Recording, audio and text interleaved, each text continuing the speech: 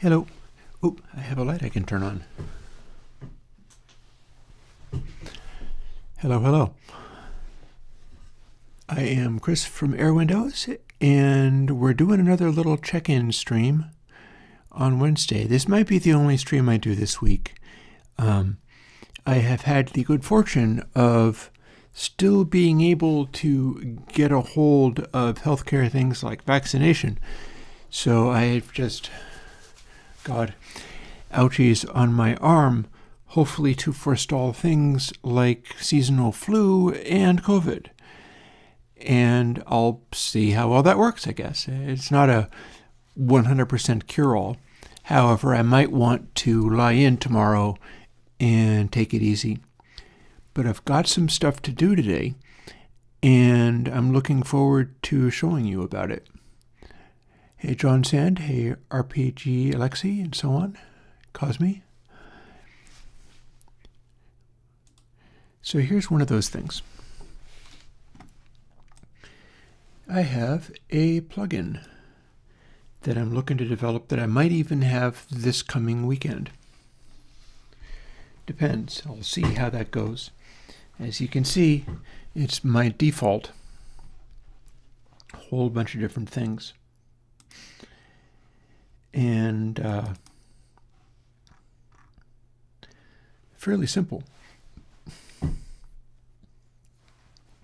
However, what I'm thinking is I should be able to work out how to do this. This is an idea on doing more saturation. And I'll tell you what I'm thinking of here. I should be able to say, I think long sign will work. There we go. Won't be able to hear this because this is a fairly low-pitched sine, and it's only being played on my poor little laptop, and its speakers are super not capable of reproducing that. If I put headphones in, I can hear it, but then you can't. However, that's not the only thing that you can do with something like this.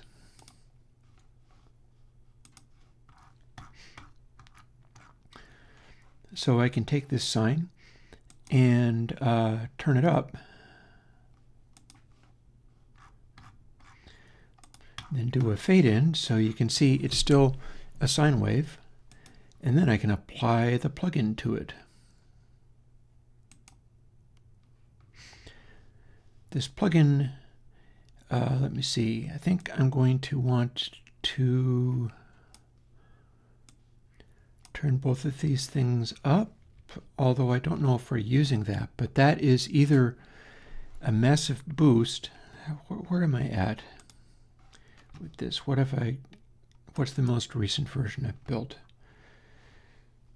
So, okay, so unity gain is going to be 0.25 now because I've got it doing this, and the output gain is going to be 1 as before. Oh, by the way, I might be interrupted in the middle of doing this. I am, with a bit of luck, seeing a chair arrive. And because my chair is old and wearing out, and I might just want to replace it. So I'm seeing whether I can't replace my chair with another one before it actually breaks, knowing that in upcoming months and so on, that might become way more expensive. You know, tariffs and all. One nice thing about me being me is that, hey, I could be 30 to 50 to 100% more expensive, and it doesn't matter because I'm an open source developer, so my stuff is free.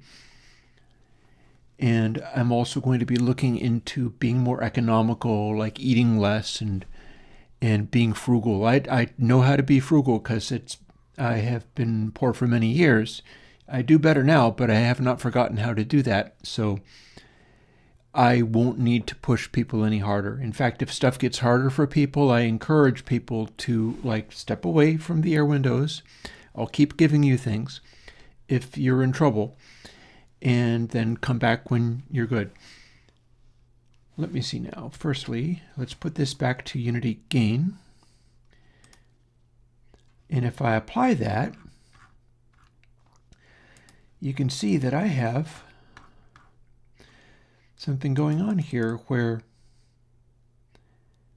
as the amplitude of the waveform increases, which is taking a long time to happen, but that's fine,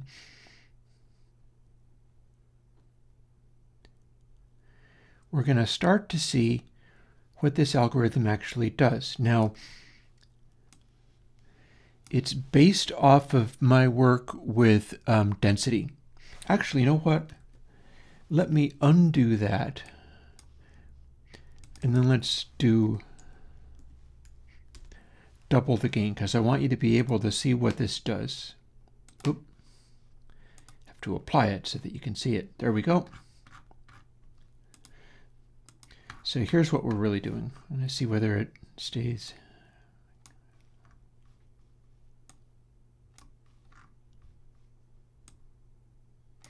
There we go.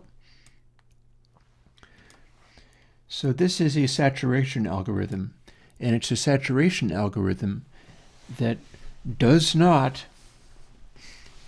clip to 0 dB. It is not a safety clipper, but it's doing something different, which is it's taking my basic density algorithm, which is nothing but a sine calculation. It's nothing but applying a sine calculation to the waveform going in, which in this case is a sine wave that's ramping up in volume. What I'm doing is I'm taking exactly double the amplitude and also putting that in. So what happens is you're going to get an additional sine overlaid onto the original sine like it was frequency modulated.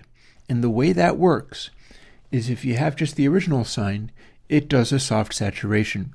The closer you get to full clipping, the closer it's going to get to no additional volume will make it go any higher. And then it'll wrap around and start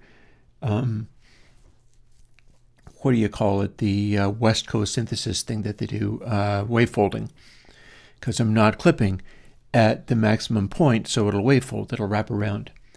But if you also overlay the right amplitude of double the input going into the sine, that's also going to wavefold, but what it's going to do is something kind of special.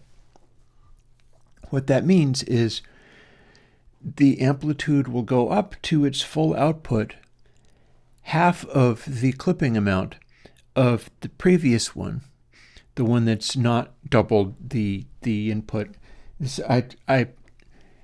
If this is really complicated, that's all to the good, because it's actually very simple. But if this is that hard to explain, maybe that's why I don't know of anybody else doing it. Either this is something that's real obvious and other people already know about, or this is a novel thing which is going to sound really good and be very useful. And I don't know which it is yet. We'll find out. But I have a number of ideas that I want to explore. And here we will see what happens when we put this sine wave into this. So what's happening is, imagine the waveform going up to full clip. If it's just the sine function, and you set it up just right, it'll go up to full clip and it'll do a soft saturation, which kicks in so slowly that it sounds good to the ear. There are no breaks. There are no weird little discontinuities. Sine function is about as smooth as you can get for gradually changing the waveform. Oh yeah, no, this is exactly what I was talking about, Grants. If you do twice the amplitude, what you will then get, rather than going smoothly up to the maximum point at which point it clips and won't go any louder. You've got the sine wave over, since it's doubled, that is going over half the space. So you get twice the sine effect output on it, and it works for both positive and negative. So rather than going up to a rounded off top, it'll go up and then back down to 0 again because it's a sine function. So you double the amplitude going in, and then rather than going up to neatly the point of clipping, it'll go up to the point of clipping and then back down to 0. If you add that to the other one, the one that goes up to clipping evenly, you've got something where it increases the saturation even quicker going up into the sort of middle of the waveform. And that's the maximum rate of change for both of these things combined. And then as you continue to go up, the rate of change slows down again. The idea is that rather than being the rounded curve thing that you're looking at, it goes up to a point where it's kind of like a bump in the curve, and then it smooths back out again until as you're reaching the clipping point, it's rather than a flat, like hard clip or soft clip like behavior, it's this additional contour. And I can show it to you because it looks literally like this. Watch the waveform. It's bigger. You'll see that this is approaching the point of clipping.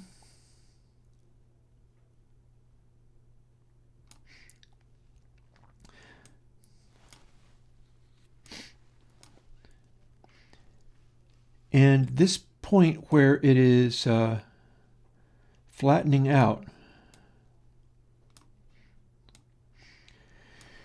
there's a whole bunch of space in this point. It's like rather than just going up to the soft clipping point and then rounding off and continuing, it goes up faster, hits that point and slows way down. And as it rounds off and continues to go over, it takes a long time for it to flatten out and start wrapping around in this wave folding kind of way. It's really softened a great deal. And then as you continue, it'll start rapidly approaching this wave folding behavior.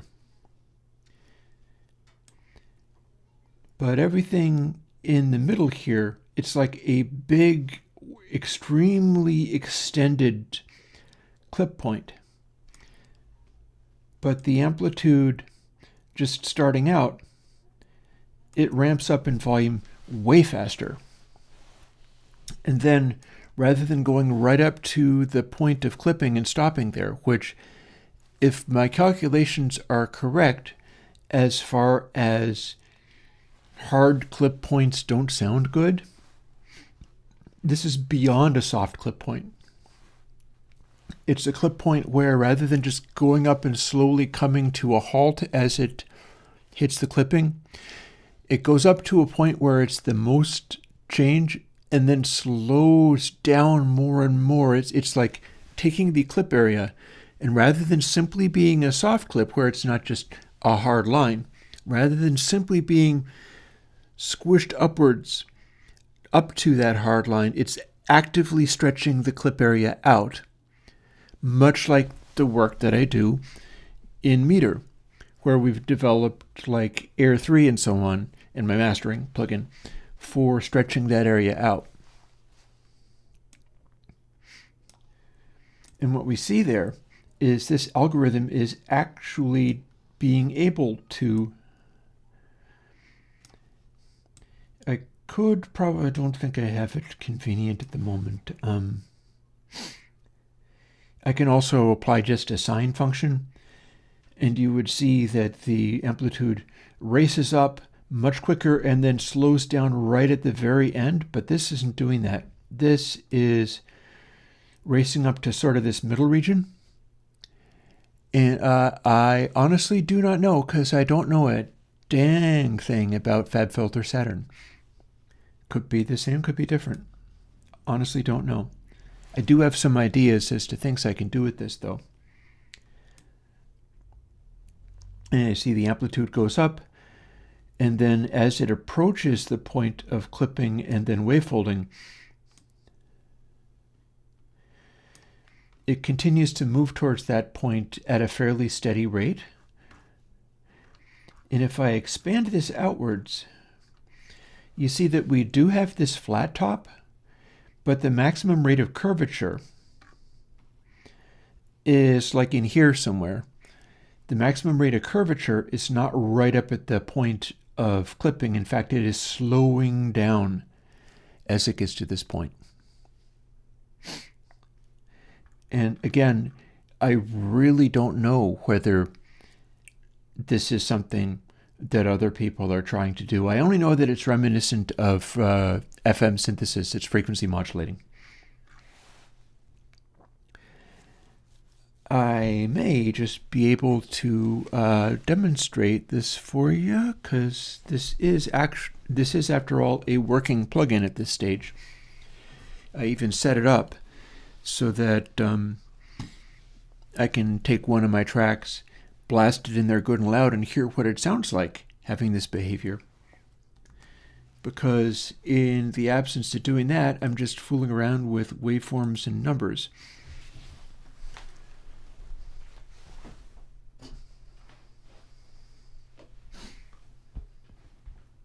Let me see about dragging my fiber optic cable over. Just be a moment. Also, like I warned you, I might have to jump up and go answer the door, because I might have a replacement chair showing up. Honestly, one of the reasons that I'm excited about the replacement chair is I am Chris from Airwindows. So I have worked for the last 20 plus years in like complete isolation, and my whole house works that way. Like, I don't have multiple chairs for people to sit in. If somebody came and I was like producing them or mixing their album or something, right at the moment, I would not have a chair for them to sit in. Yeah, the house painting that I did, there's still a little bit that is yet to be done. I don't know whether it's going to be possible for them to do it this year or whether it has to wait until spring. The actual house painting and cleaning up of like the lead problems, the guy told me that they had to dispose of like 50 pounds of lead-based, well, not based, but lead-containing paint. I'm glad that I hired somebody to do that. It's serious business.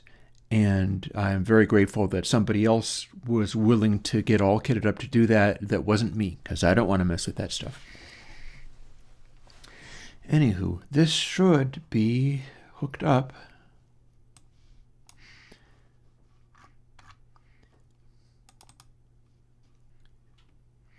And as such, I should be able to play it. So let's see whether I can. Here's the plugin. Here's the amplitude. And we should hear it now. So no saturation. And you can only hear so well because you have to hear the speakers I'm using. I don't have a patch through to it. But then we can continue to saturate it. So now we're substantially clipping. And we can go farther.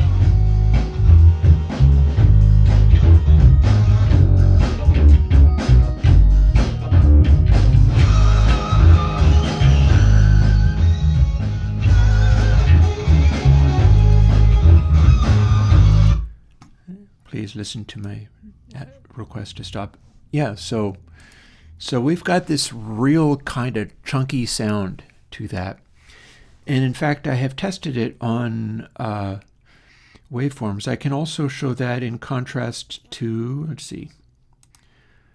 Let's do an effect stack, and then I can bring up the waveform again. And I will bring that up, but bypass it. And then I can bring up density.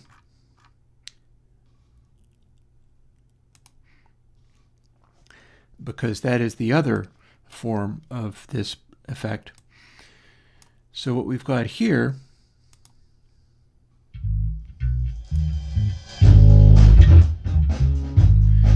a lot of extra gain on tap there. Have to show it. There we go.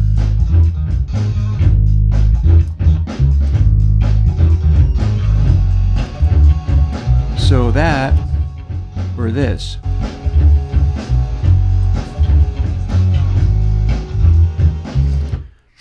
so what we have going on is the saturation effect I've been using for years and years and years.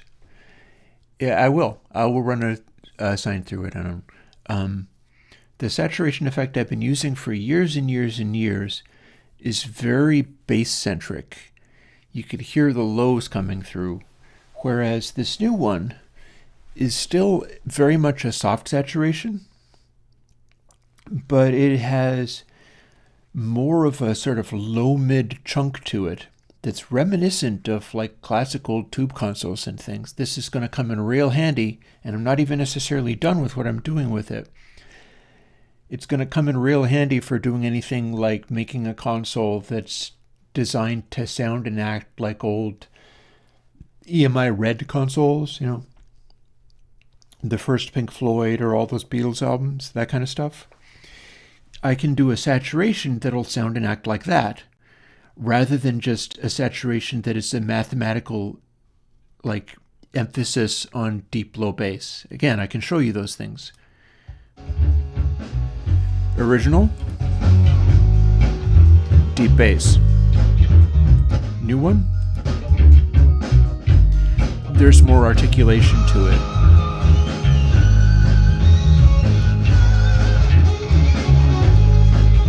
You can saturate real hard.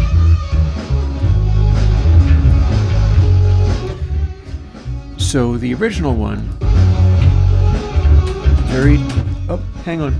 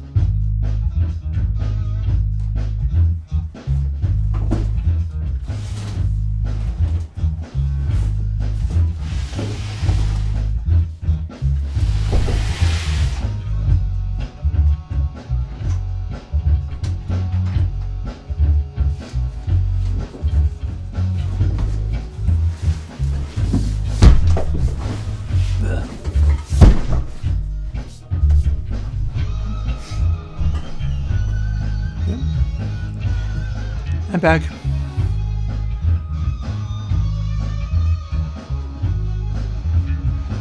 Let me sort out what I'm doing. Well, for starters, I'll stop that for the moment.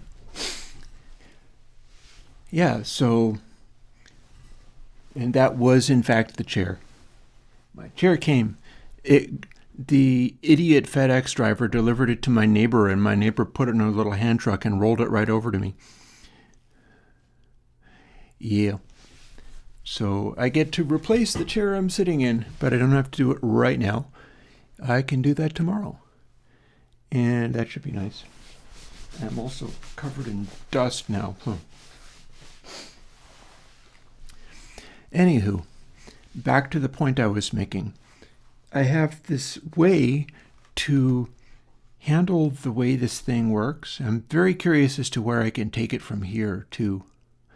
That's the thing. Because here is stage 1. This is a single sine algorithm.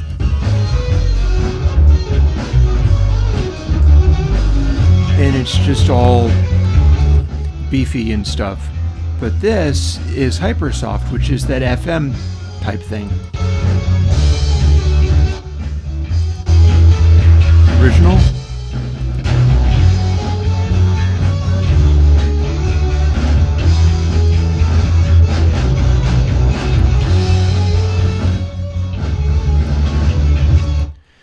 So what's going on there is I have 2 different sine equations, and my output is those 2 sine equations summed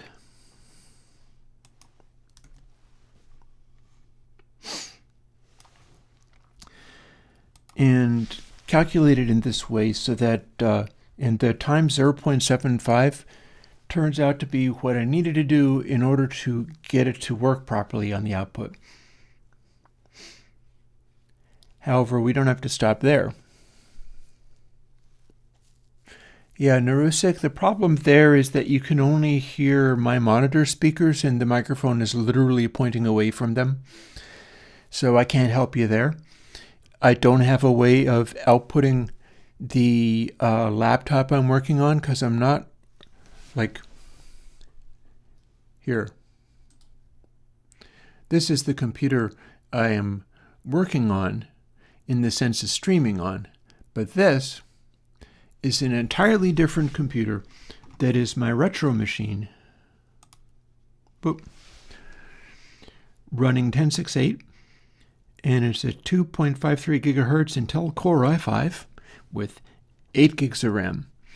And this is not one of those modern Mac M-series ones that can get away with 8 gigs of RAM. No. This is an antique. I'm developing this on an antique. And so my only way of hearing it is to patch it through to my speakers. I don't have a way of patching it through to the stream directly, so you're not even hearing a DI. Let's explore this even more.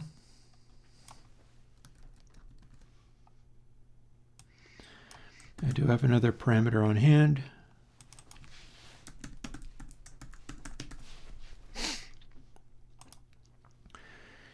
Here's the input gain. Here's the calculation involved in here.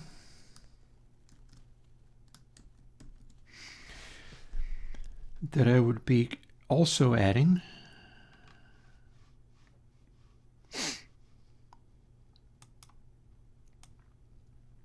And let's simplify this even more.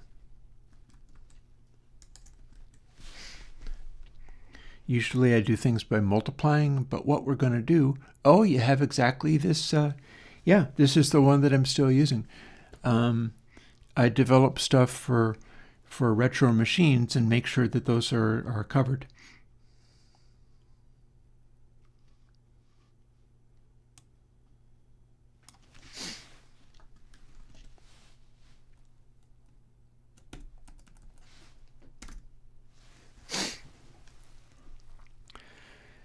So if my calculations are correct, this is still going to be a form of saturation, but it's going to make it even more complicated. That said, I'm not certain that so this should presumably work.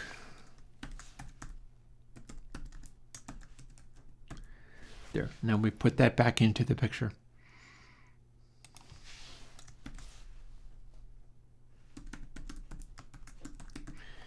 Let me put that in. So what we've got there is additional harmonics, and the output is going to be conditional on, let's remove that again. So here's what we got. Except for you can't see it, sorry. Well, I'll fix that. Here's what we've got. We've got a sign, and then you can see that we have a additional one that is the sign of that times 2, because it's kind of like a FM synthesis thing, but we're running everything into basically this wave folder at higher and higher amplitudes, causing the wave folder to react at higher and higher frequencies. I used to have a Discord. I gave it to people who I abandoned all of that stuff a long time ago. The first time I abandoned Twitter forever. The most recent time is just recently, but there was an earlier time that I abandoned Twitter and Facebook and Discord and all of those things forever.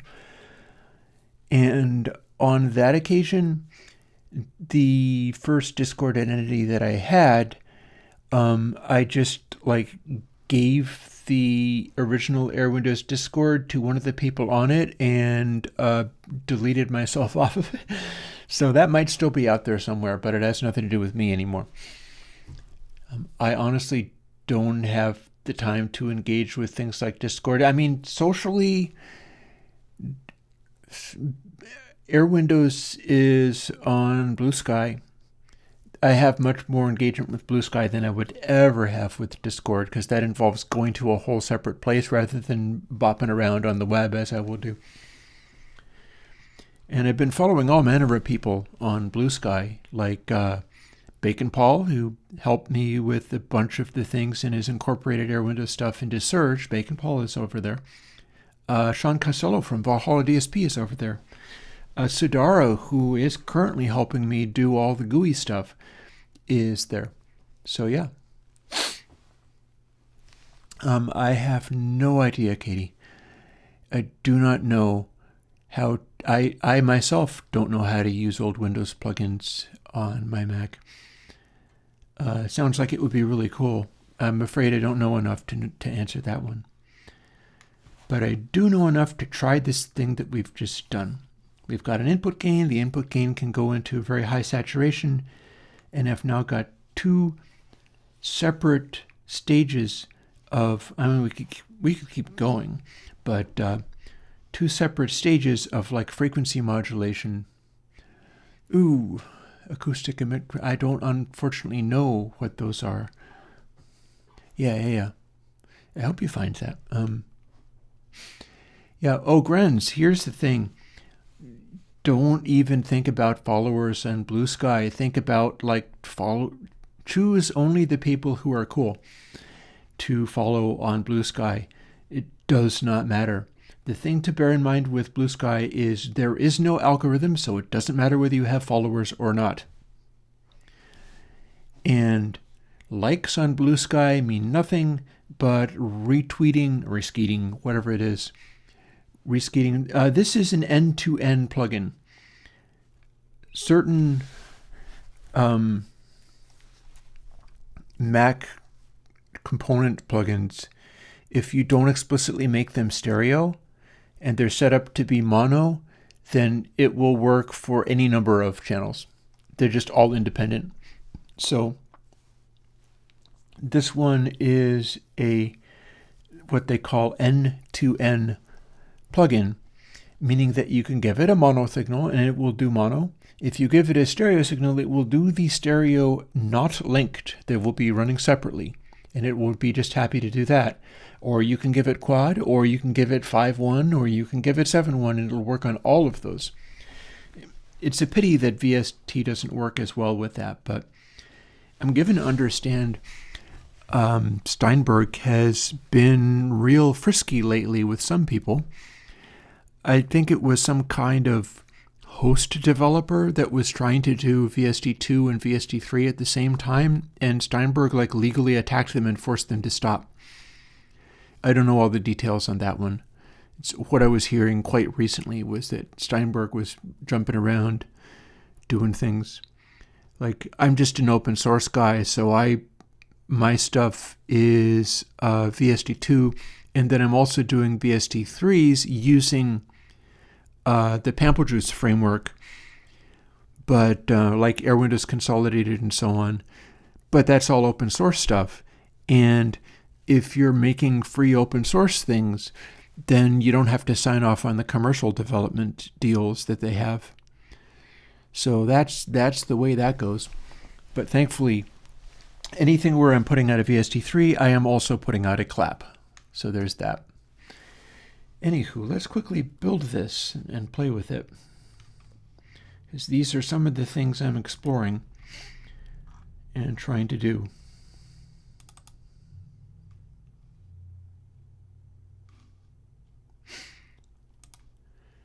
And let's normalize that,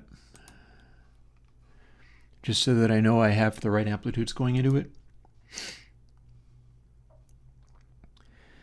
And I'm going to take a moment and show you what this actually does. I have to make an effect stack. I'm going to be fumble fingers. Don't mind me. I'm doing the best I can.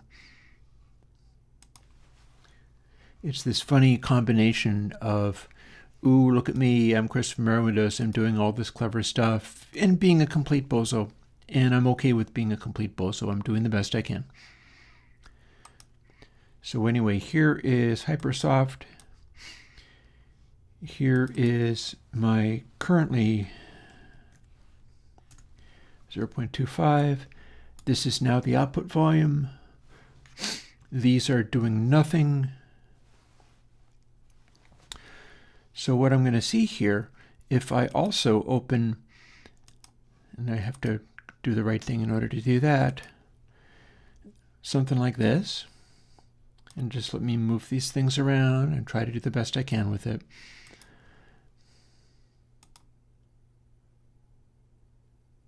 Is I see nothing happening. What's going on there?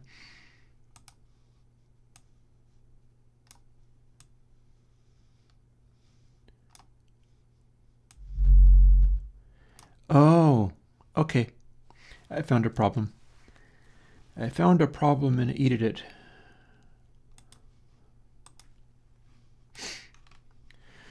So come and tell me what I did wrong, because I tell you what I did wrong.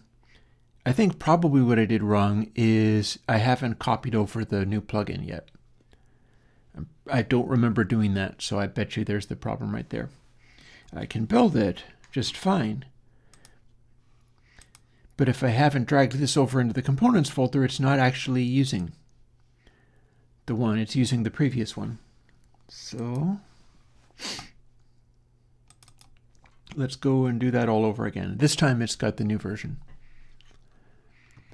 And depending upon the DAW that you have, some DAWs are modern enough to have included clap support and some have not. Certain companies, cough, cough, Steinberg, would certainly not want to. So like you're going to be waiting a really long time if you want Cubase to support clap. that kind of ain't happening. But other things have. I think the one that remains to be done is if Ableton Live starts supporting clap, that's going to be a big deal. Reaper does. Reaper's the one I like using. I do not know how. Let me stop for a minute and think about this question. The random drum question of how best to isolate the snare sound in room mics.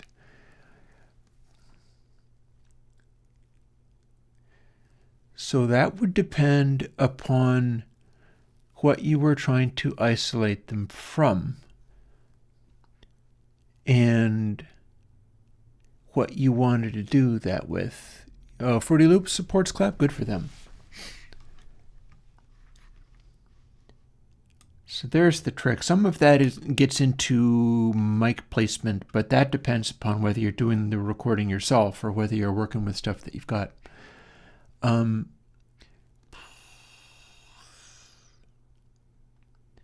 Pop 3 could conceivably be used by that. Okay, so Katie, you might consider trying this, see if it works, because I was doing something where it kind of acted like that, My most recent compressor, Pop 3, has a gate built into it, and you can set the gate so that snare hits will trigger it, but things like hi-hat hits won't. If you do that, and then you set the decay so that it will still capture the snare hit and trigger off of what you want to have coming through, but then the gate stops working for hats and other quieter sounds. It's a kludge. It's not a good way of doing it, but it is possible to mute out other sounds that are quieter and have it mostly trigger on the louder sounds like a snare. This is not a good way of separating or isolating those, but that isolating drums isn't really how I work with room recordings anyhow. What I try to do is optimize the room recordings. It does kind of depend upon me being able to play the drums in a way that works for that. Like if I have just room mics, which normally is what I do, like my recordings tend to be room mics in front of the kit at a little over waist height. And I've recently added a third room mic on the floor to pick up the kick drum, because that'll have reinforcements. But it depends completely on me being able to play drums in a way that supports that. Like if I play drums where I was just wailing on the hats and cymbals and not hitting the snare loud enough, it would be terrible. It's completely dependent upon me being able to play in a way that works with the room mics. And that's sort of a classic way of addressing things. It's always been useful to try to guide the... I can tell you a story out of an Eagles documentary. The Eagles worked with Glyn Johns, who had worked with The Who and Led Zeppelin. And the Don Henley of the Eagles was asking Glyn Johns, "Can you turn up my kick drum, please?"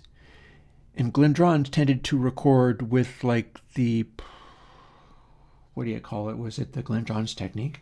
Could have been. The one where you have a single overhead and then one over the floor tom, pointing also at the snare, and then presumably a kick mic, which implies that he would have been able to turn up the kick drum. But instead, Glyn Johns told Don Henley, hit it harder.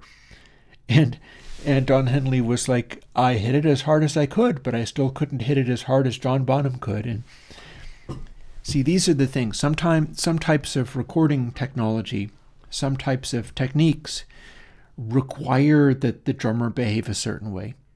So yeah, miking drums is not a simple feat.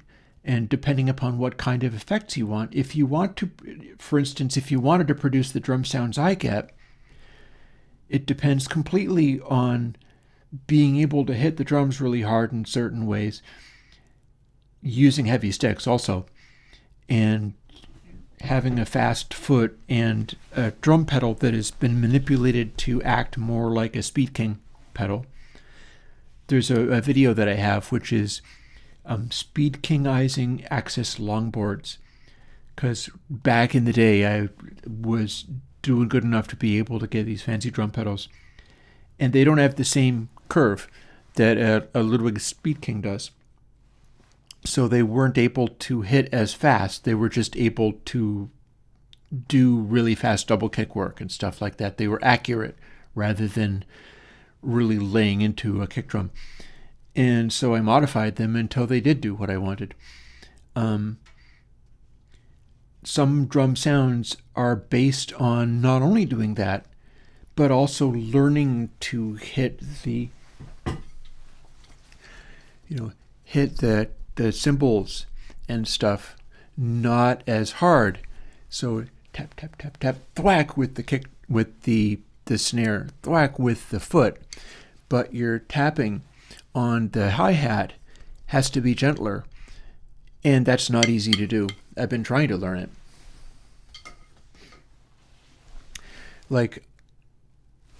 If it is okay to skip away from that for a moment, because I'll get back to it. That's one of the things I'm doing today.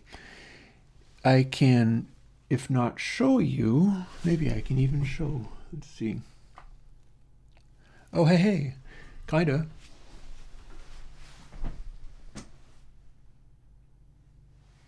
Check it out, there's a camera.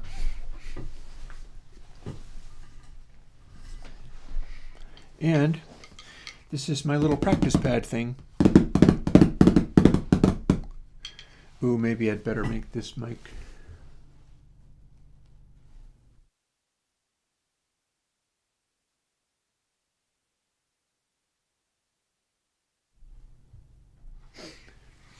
So I'm going to be blowing up the mic pretty good, but I can in fact show this to you.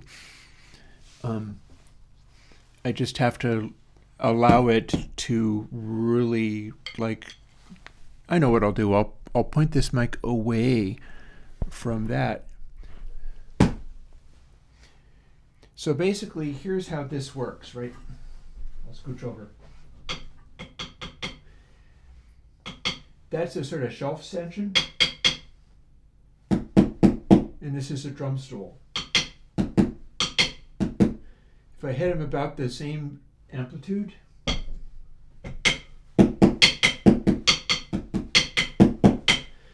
the shelf thingy actually makes more noise. So if I was to play on this like it was a drum kit,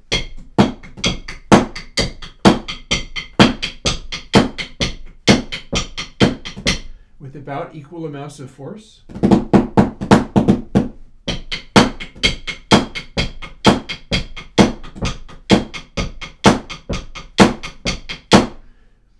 you hear that the hat's way louder.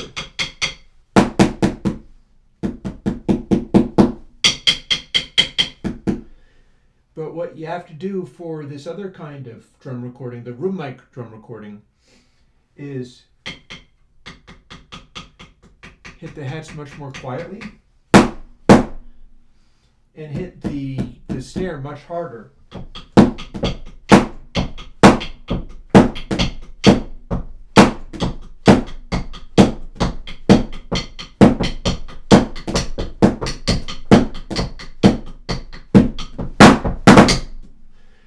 Kind of like that.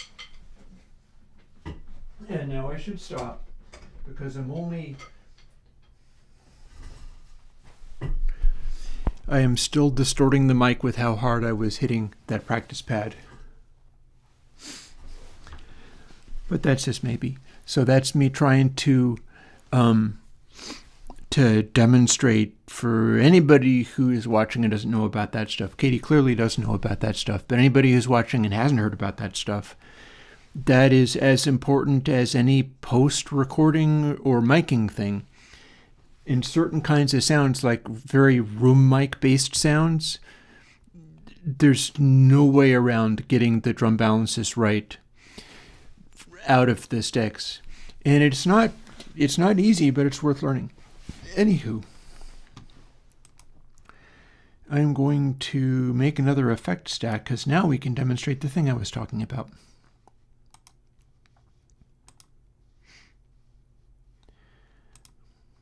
Or we can at least try. There we go. So what we have here is a low frequency drone.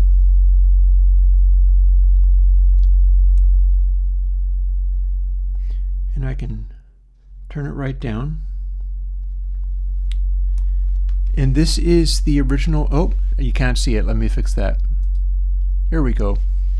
This is what you were supposed to be able to see. Yeah, so here is a low frequency drone, normalized. And it is with the sine wave going into it. And right now, A is just the input volume. So if we are not actually distorting going into this, there are no harmonics. But as soon as we do start distorting, 0.25, this is what you get when you put a sine wave into a sine function at basically full crank. We have a harmonic, and then we have another harmonic. And the whole point of this hypersoft thing is to be able to add that factor where the point at which the curve happens, the sharpest curve is not at maximum distortion. The sharpest point of the curve is partway in, and then it flattens out again, meaning that the upper range of the amplitude, it's like having a soft knee on a compression, where you go up until you hit that, and then it isn't a straight up limiter, not infinite ratio. Instead, it's a slower ratio, and so it still has room to get louder. So we add this, and now you can see the harmonics are louder, but we have an extra one. And what I was wondering about is what happens when we do this.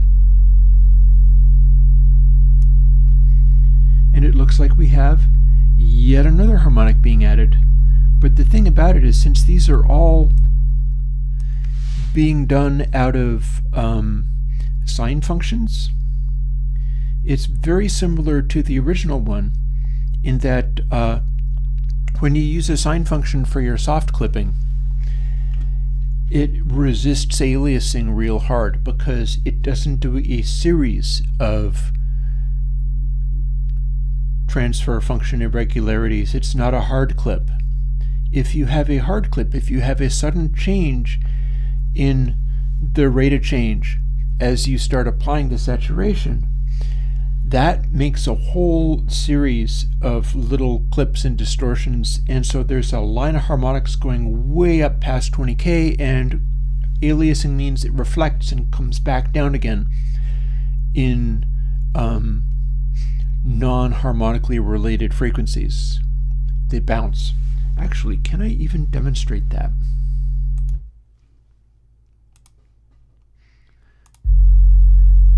Because that's what we started with. What have I got that would work for that? Certainly not that. I don't know if I have any really primitive clippers kicking around here. Got some cool stuff. Look, I own Valhalla Room. I bought it. Sean Costello, I think, was at least at one point willing to let me try his stuff because he saw what I was doing, but I've never asked for that.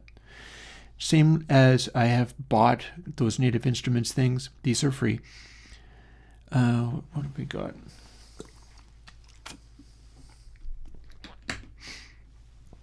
Let's look for something that says clip on it.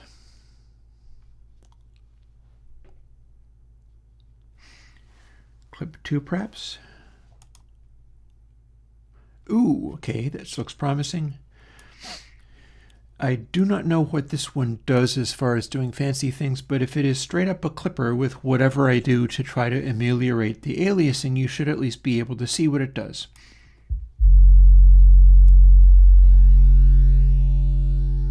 But I do have to put it in front of span or you won't be able to see it. So check this out. This is hard clipping.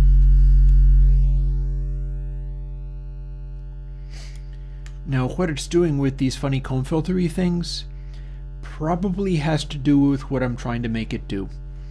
Like, this is not what you'd normally get out of a simple hard clipper, but I don't think I have a simple hard clipper to show. I've always tried to at least do something to change it. But you can plainly see the instant you have it doing anything, you have this series of harmonics that go all the way up to infinity and beyond. They would be extending past this point, but no, they are reflecting back. And as they reflect back, everything that is not just the original series of harmonics is in fact a wrong harmonic. The same angle will bounce off and start going back down this way just as far as it'll go, getting quieter and quieter as it goes. But all of the ones that reflect off of this point are wrong frequencies. That's what aliasing is. Whereas, by contrast, your sine function, see, we can make it quieter.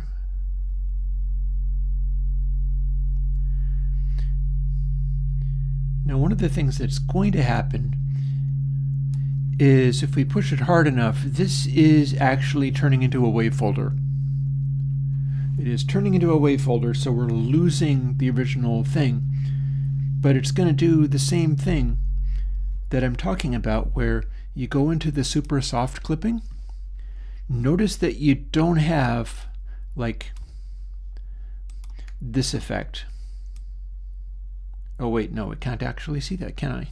Oh, that's because I cut the volume using this.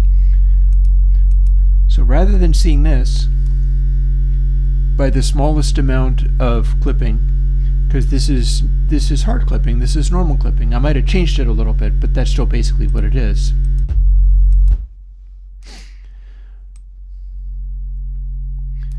Soft clipping adds harmonics in series. We're already like 6 dB beyond clip at this point, and this is all you see. And the quieter you get, the less of a harmonic you have. But as you start bringing that harmonic in, the first thing we see is a third harmonic. Second harmonic is asymmetrical. These are only symmetrical harmonics. They're the same on either side. And the third harmonic is just about without even the next odd harmonic. But at the farther we push, we start to see that fifth harmonic, more in the line of these odd numbered harmonics. Odd means symmetrical, even harmonics are asymmetrical. I actually have stuff that will do that. In particular, I do have a recent plugin, or relatively recent anyhow. If I can remember the name of the dang thing.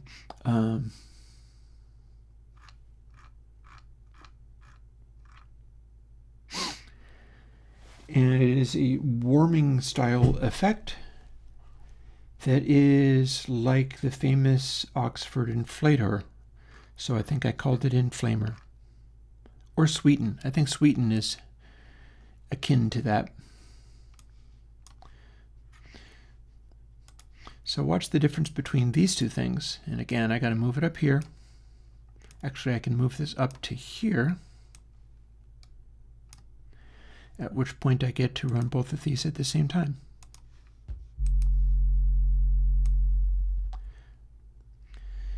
So here is our third and fifth harmonic. But if we don't do that, and we do Sweeten, second harmonic, see, it's not in the same place.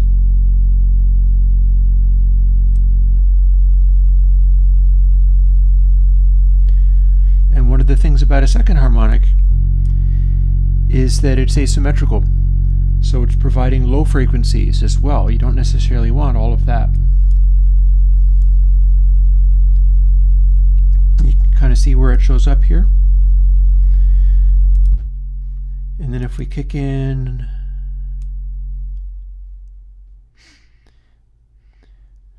again, since this is the output of Sweeten, that's where the second harmonic shows up.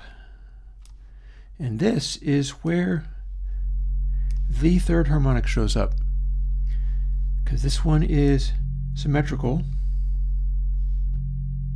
or asymmetrical, and this one is completely symmetrical.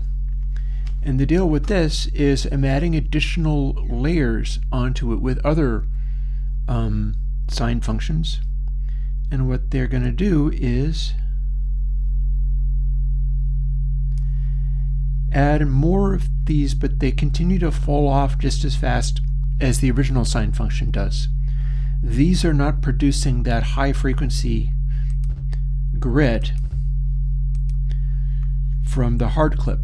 In fact, it's falling off really fast. That's like 36 dB down to 60 dB, down to 90 dB. It's like falling off at 30 dB per octave. And any harmonic here that is not over this line, Nyquist frequency, is not going to alias. So this method of doing soft harmonics, and here we'll add the third, which is not to say third harmonic, but we're adding an additional discontinuity. Same deal. And it's still falling off just about as fast, because this is all being made up out of like stacked sine functions being added to each other. And so the remaining thing to do here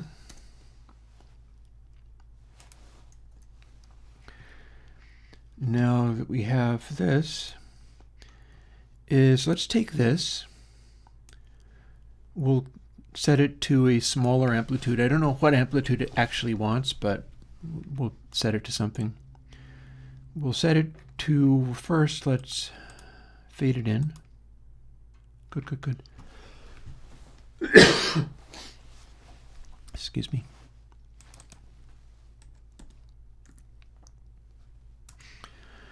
Now we've got it distorting, since the input is boosting at 6 dB, and we're applying this, which was our first one, and now this, which is a second one, onto a sine wave, and then padding the output, because I don't know what the total output is going to be. And then if we apply this, that's what the total output turned out to be, which is not too dissimilar to the previous one. Came out as a maximum of 0.75. And that means if I had the first one with no second or third FMing of it, I had to pull it back from full crank because I was adding to the previous one. And then let's cancel this. Zoom right into here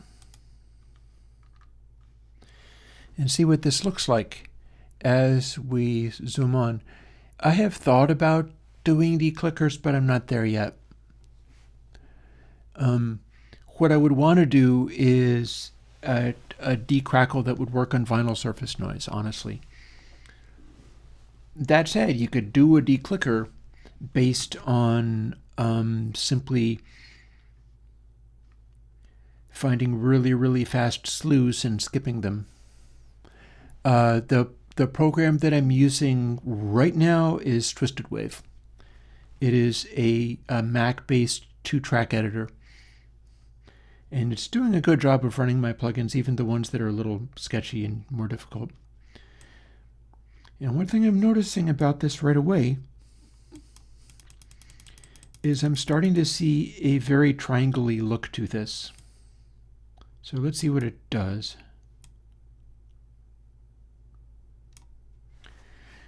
Okay.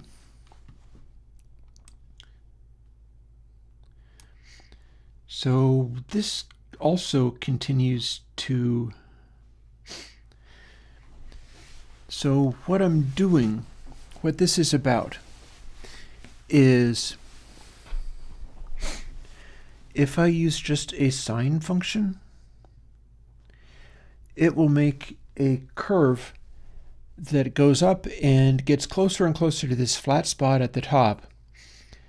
And so the sharpest divergence from just the natural sound is at the top. If I add a single additional sine at exactly double the rate, it will make the sharpest curvature in the middle of the waveform, and then it slows down. So what I've done is I have added a third factor to this. I can do ×2 and the sine of that, but now I'm also doing ×3 and the sine of that. I believe it's going to still be symmetrical if I do that, although I'm not completely sure. And what it should do is continue to amplify quiet sounds more and more and more, because we're doing smaller and when we're doing this, if we do the single sine function, it'll increase the stuff more towards the middle, and then as you get towards the top there, it's less and less of an effect.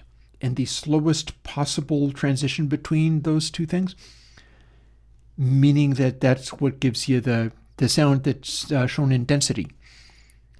When I add the second at exactly 2 times the amplitude going into it, what that does is it means that the waveform going in, rather than going up to the maximum and then having to go around, it'll go up to the maximum and then go back down to 0, because it's exactly twice what distorting it would be the first time.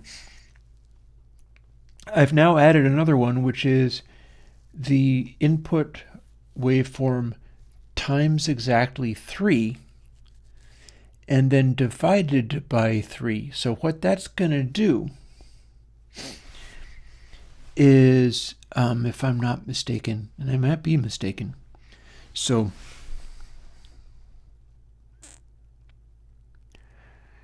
times 1, I've got it scaled so that at saturation point, it's clipping, meaning that the sine has reached its maximum. That maximum is actually taking a amplitude of like 1.57, etc., and signing it off to exactly 1, because you put the variable in there into the sine function, and it returns something that goes up to 1 and then stops and goes back down to 0 and then -1 and then stops. It's like a wave folder, and it's using the sine function to do that. If I do exactly 2 times, it's doing the same thing, but at twice the rate. So it's going to become louder, and then the amount that it's being added to this waveform is an amount that is at its maximum sort of in the middle of the wave around here. And then by the time it gets to what, for the first level of saturation, is full clip, and its output is 1, the one that's at 2x, its output is going to have returned back down to 0 again, meaning that it doesn't have anything to add either at the crossing point or at this point, only in between. Now I've also added a times 3, and what that's going to do is it will return to that 0 point, but then it will continue to increase until it'll be at, I guess it's going to have to be at a -1. But I've also reduced its amplitude. And we're going to take a moment and see what it does to this waveform, because we've got this waveform that's acting increasingly triangle-y, and the round part at the top is going to go to this point. You see it's sort of flickering around here.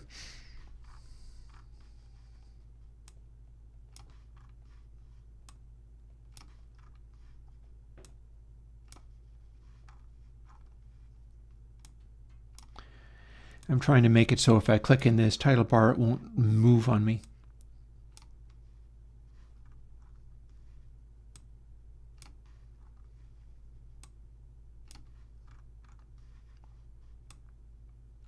Bah, what am I doing? I'm wasting my time doing that. There's no reason I should care. How about this?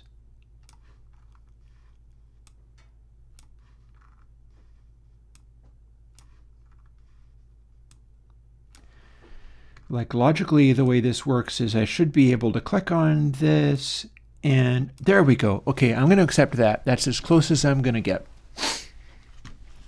I want to watch these curves change, but what I'm actually doing is scrolling through them really fast. So it gets louder. I'll click way over here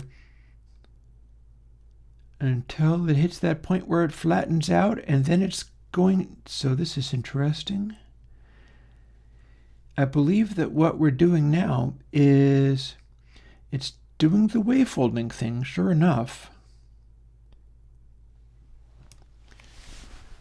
But what we're getting is it's making a sharper and sharper corner at that top edge.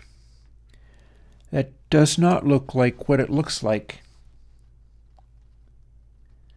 with just the 1x and 2x signs.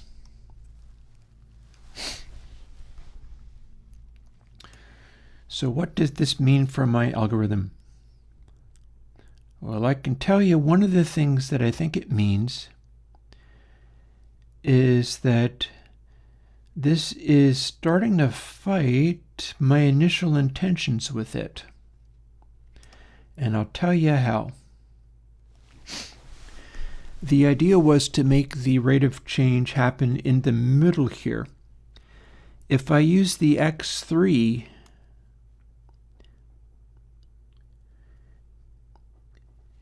I can see that this depression up at the top is sort of zooming in this direction. Like this indent here is like widening in such a way that the point where it's curving over is a sharper corner than just having 2 in there. So what this is doing is this is fighting my original intention with it. And that's interesting. Okay, so further experimenting.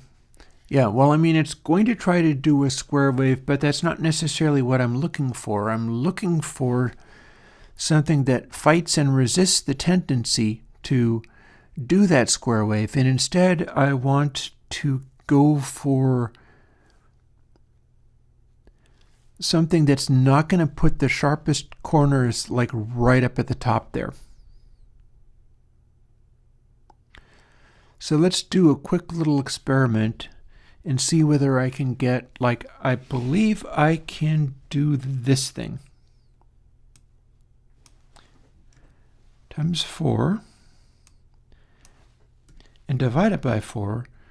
And third stage doesn't actually have to mean it's times or divided by 3. So now what I've got is the second stage. That's providing the nice sort of overdriven grungy quality. If I then add this to it, I should be able to make it accentuate the section in the middle so that I have a more obvious middle point. This is worth learning about because, like, that also means that I can use that times 3 and divided by 3 to do exactly what it was doing. And that is, it'll increase the grunge and rasp and aggression greatly, but at the cost of stepping on the warmth and drive of it. I could perhaps do something like this where you get control over all these things. But what I'm really interested in is exploring the stuff that I haven't explored before. So first things first, let's build it.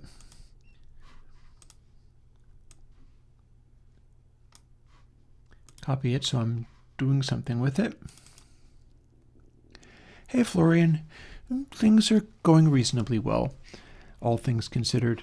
I may say one of the things that I really appreciate is the ability to like devote myself to my work because my work helps people.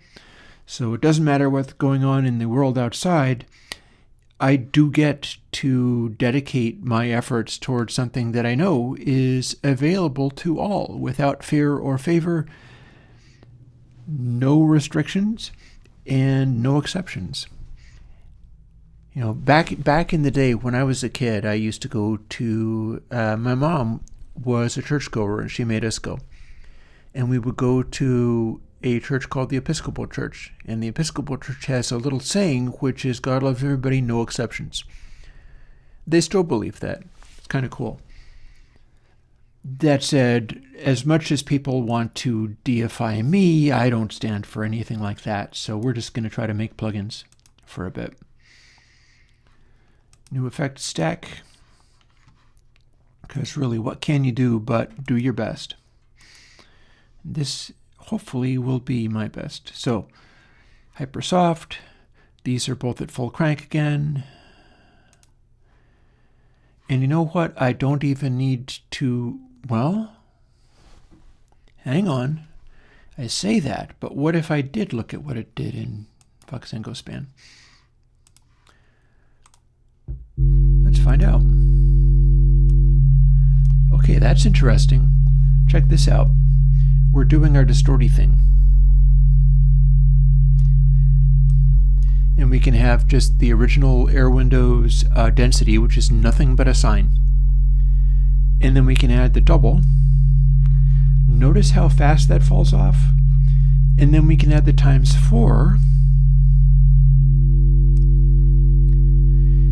Now we have more and more of these harmonics, but it's still falling off really, really fast.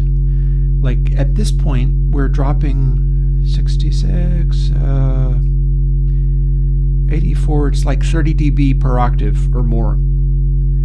So that is a bunch of harmonics, but they fall off really, really, really fast. If you picked a high harmonic, it probably still wouldn't alias.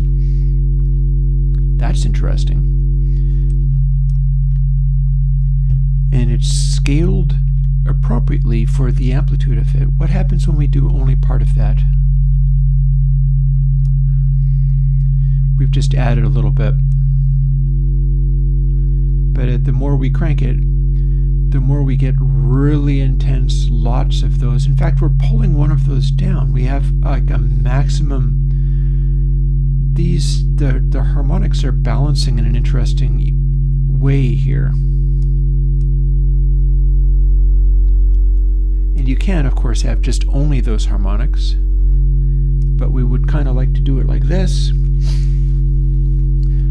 And so we have got just this stack of harmonics, more and more of them, but then they drop off incredibly fast. That's kind of neat.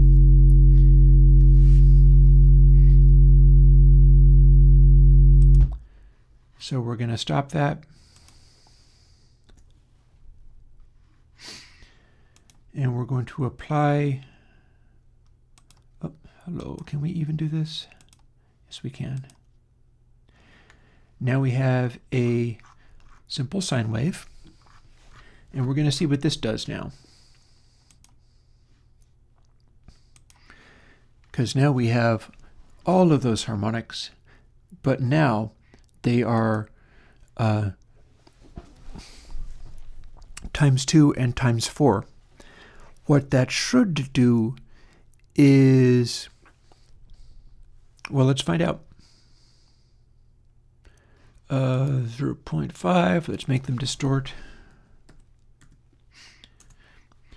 Also, I got to take a moment to go and turn on my stove because I forgot to make tacos yesterday. Normally I like that on Tuesdays and Thursdays, but I forgot. And so today becomes taco day, so I get to enjoy tacos at the end of my workday, which is not terribly long from now, honestly. I got to scramble and do that. I'll be right back. And then we'll see the result of this.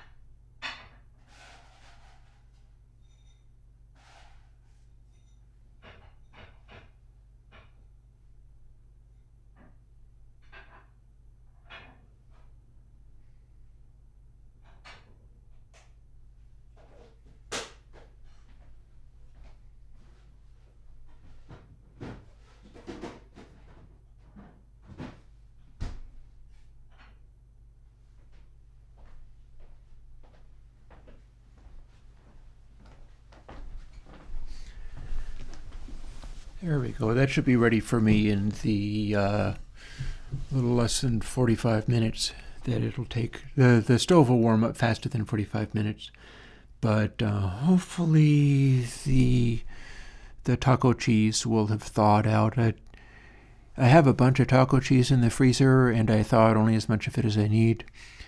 I wish I could get more in the way of food stuff that keeps really long periods of time, because I have the feeling we're going into a time stage where everything goes kind of crazy, but there's only so much I can do about that. And Florian, this is Hypersoft. I'm trying to come up with a way of saturating stuff that's like density, but rather than just being a really bassy, thick, heavy sound, which squishes everything up, it's like I'm trying to do a clipper, soft clipper, that is as far from being a hard clipper as it can possibly be. So I'm calling it a frequency modulation saturation, because what I've got here is just density. And then what I've got on this B control is essentially density times 2. If this one saturates all the way through to being like pegged at maximum, this one wraps around and saturates at literally 0 again. And then this one saturates around and goes to 0 again, and then goes to negative, and then goes to 0 again. Because that's what, like if you had like the hands of a clock, and you're doing your saturation around the clock, going a quarter of the way gets you to full crank. Continuing to push past that to like 2/4 of the way gets you back to 0. The 3, I think, got me to -1, and then 4 will get you back to 0 again. And we're about to see what that does. This is new to me. I haven't tried this before. So boop. There's our waveform. And it looks like that. And if I zoom in on this part, I can kind of try to check out what it looks like. It's flashing. Oh, very good. I try to scroll it to where I can click on the scroll bar and just kind of watch it scale around. Alex, the reason I think this is because we're going to go into like hyperinflation because of some choices of the winner of the presidential election, who has decided that he wants to do tariffs for everything, so the price of everything is going to go crazy. That's kind of how that works. I think he does it because he's not actually fond of this country, but that's my business. Anywho, as we go louder, we go into the soft saturation. And here is where it stops being soft. So it doesn't look that discontinuous to me. I should expand this.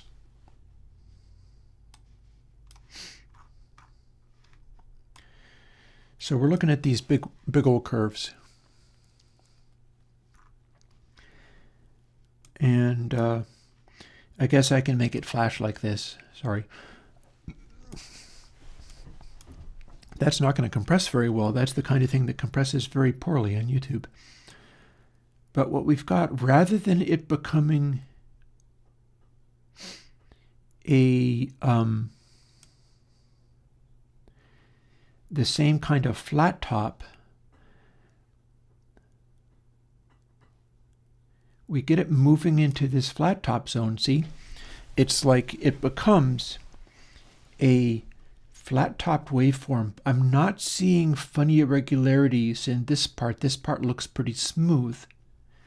But if we had a simple sine function, you'd never see this, because what you'd see is the rounding of it making a sharper and sharper corner up top, and this is refusing to do that.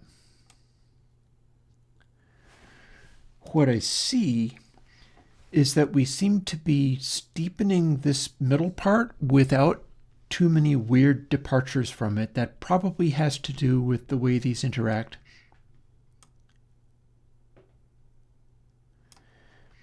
And I'm not seeing that much of a divergence on it. Probably if I go beyond to like where it's really saturating,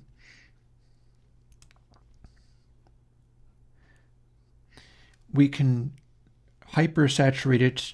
So this is interesting to look at. The steepness of this means that as we're saturating this far, we're getting a really intense saturation effect, but we curve into this sort of flat top area relatively gently. When I had it doing the ×3, we made a sharp corner here. It would go up and then kind of do a sharp hook and head down as if there was like a round shape intersecting this. And that sharp hook is not what I want to see. But this is looking a lot more promising. And remember, I have not actually listened to the output of this. We're only looking at the waveform so far. Oh yeah, no Grens, I endorse that for a bunch of reasons. And one of the reasons is like you get to focus on your writing music and loved ones. One of the things going on is that people running around making a big noise and being all mad and stuff desperately need scapegoats to justify that behavior. It becomes kind of obvious. It becomes like sometimes they're just poking you with a stick as hard as they can because they really, really need to get a rise out of you. And I'm not willing to play those games. I can see how that works. I mean, call me smart or something. I don't know if I count as smart. I'm just Chris. I just do the best I can. But it does seem to become mighty obvious sometimes that people who are making a big noise out of being big meanie pants really need to get a reaction, because that reaction is how they justify what they do. If I don't approve of what they're fixing to do, then maybe I don't want to be justifying it. So I get to focus on my writing, music, loved ones, and so on. I get the other last weekend, I was able to get a kid I know goes to meetings that I go to who's trying to get off drugs. I gave that kid my old down jacket because I stopped wearing down because I'm a little bit allergic to it. And I was thinking about putting it in one of those big old boxes, you know, the big boxes for recycling clothes. And I never got around to it. Now I'm glad that I didn't, because I was able to give it to somebody that I know who needed it. Unknown, you know, the only thing I would think is Putin probably desperately wants Trump to send him nukes to nuke us with, because I don't think his are as good. I don't know if that's happening. Specifically, I don't know if that's happening because the people here in this country don't want to have their stuff ruined. I mean, Putin might want to have our stuff ruined to the point where we're like sub-Soviet living standards. That would be terrible. I wouldn't enjoy that. But other people in power in the country I live in wouldn't want that. So that's a bit of a heavy lift. And yeah, like, no, step away. Focus on those you care about. Focus on your writing. Focus on positive work. Focus on, you know, like getting warm clothes to people who don't have them. I am focusing on doing this right now. Look at the way this works. Compared to normal soft saturation algorithms. And, you know, to be perfectly honest, there's a part of me that kind of sympathizes with the feelings of some of these people manipulating things so hard. Because, like, people in Russia have never gotten over, like, the Clintons and Boris Yeltsin.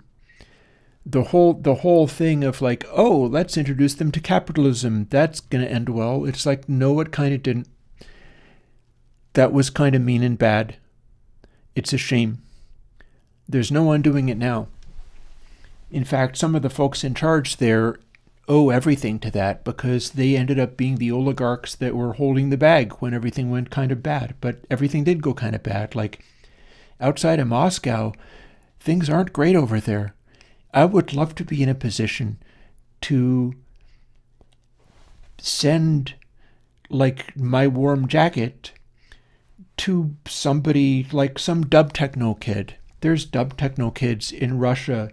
All they can do is make like really cool techno music, because it can't have lyrics, because you can't be talking about things that are dangerous in that country.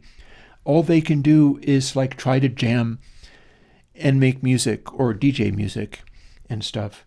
I'd love to be able to send my warm clothes to somebody like that off in Siberia who's really cold, but I can't. But that's where my sympathies lie. There's a lot of people in that country, and they experience exactly what we're beginning to experience, because it's exactly the same game plan. It's effective enough as those things go. So what they do is they just help each other, and they tune out. And I don't know what's going to happen to the world. I do know that those people off in Siberia jamming to dub techno have nothing against me. They don't have a problem with me. They're not doing a thing to harm me. It's just all of the wealthy people everywhere and people who have power and grudges. And my best option right now is to step away from that and help the people I care about.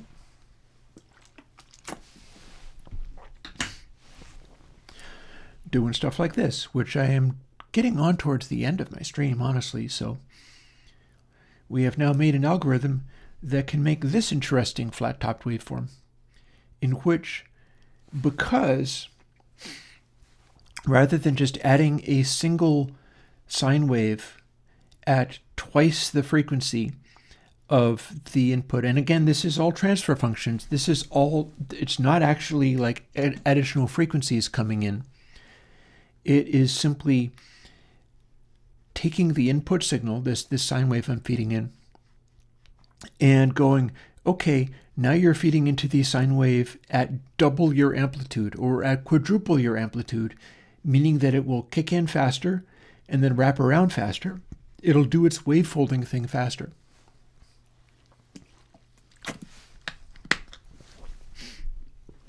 And that means as it's getting started, your quiet part in the middle here gets amplified all the more.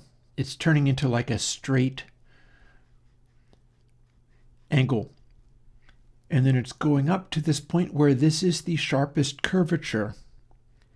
And then the curvature is rounding off and entering into this flat part.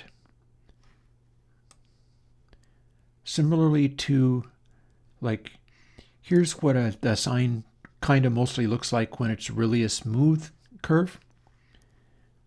And then we step into like where this starts to kick in, where we see it amplifying the part in the middle so much and going over to here and then softening. Like this little point is the point where all the curvature is maximized. Same with the exit to it. And it's way into heavy distortion. There's so much going on here. You can get even more complicated waveforms. Like this is our maximum curvature, and then we have this funny sort of ripply soft wave edge thing. But as we start moving into the first stage of hard saturation, this is before it really wraps, what we're seeing is that we have a lot of extra energy at the center. So it's going to heighten the amplitude of the quiet stuff. That's probably also going to help it sound more like, you know, classic tube consoles and things. And then our sharpest curvature is here, which is like right up at the maximum loudness. And then it softens again. it doesn't continue to sharpen into a flat top. Instead, it softens again, and we have all this space of just gradually entering the point where the flat topping can start happening. It wraps around. And so we have this very interesting behavior where our sharpest loudness is not at full clip. I honestly don't know exactly what loudness this even is, although I can probably figure it out. When I had 2 factors, it was at exactly 0.75. This is not going to be that. This is going to be something else.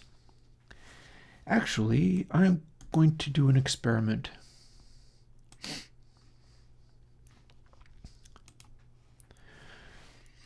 So let's say that the output of all of this, you can highlight it and show that this encloses everything. So if I multiply it by 1, it's kind of similar to not changing it at all. If I multiplied it by 0.5, that would be 6 dB down. It would be bit shift gain. We're also probably going into a stage where on all popular social media sites and YouTube and stuff, you get to act terrible and do all kinds of swears without consequence. I'm not sure of that, but I dare say that in future there will be much less of a consequence to saying the long version of bit shift gain, and I'm still not going to want to do it because talking that way isn't my jam. But what we previously had was times 0.5 would be like if I just only used a sine wave, then times 1 would give me clipping at the output because the sine wave is multiplied by exactly the right amount. When I added the additional amount, I had to attenuate it, and I attenuated it by exactly 0.25. So I have times 4 now. So what I'm wondering is whether I need to further attenuate it, or maybe not attenuate it as much, but let's experiment. 0.75 minus like 0.125 perhaps.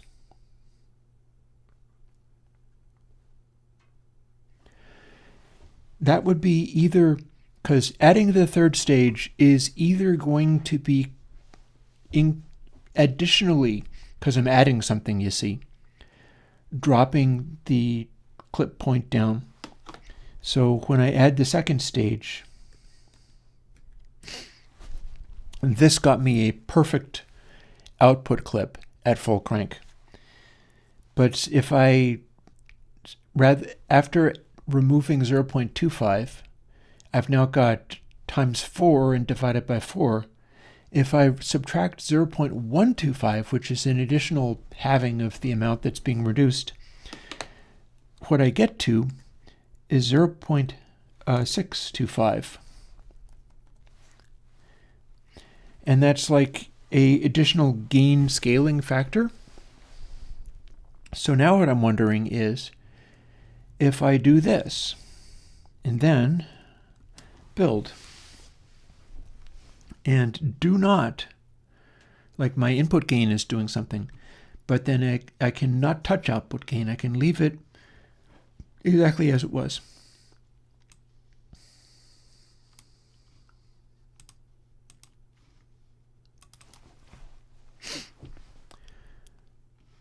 Then fire up my long sine, normalize it to full crank,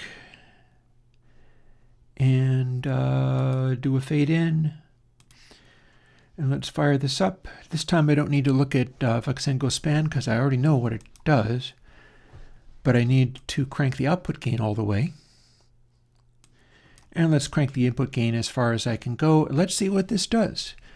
Does this in fact make the output go to exactly the point of clipping once all is said and done? And the only way to find out is to try it.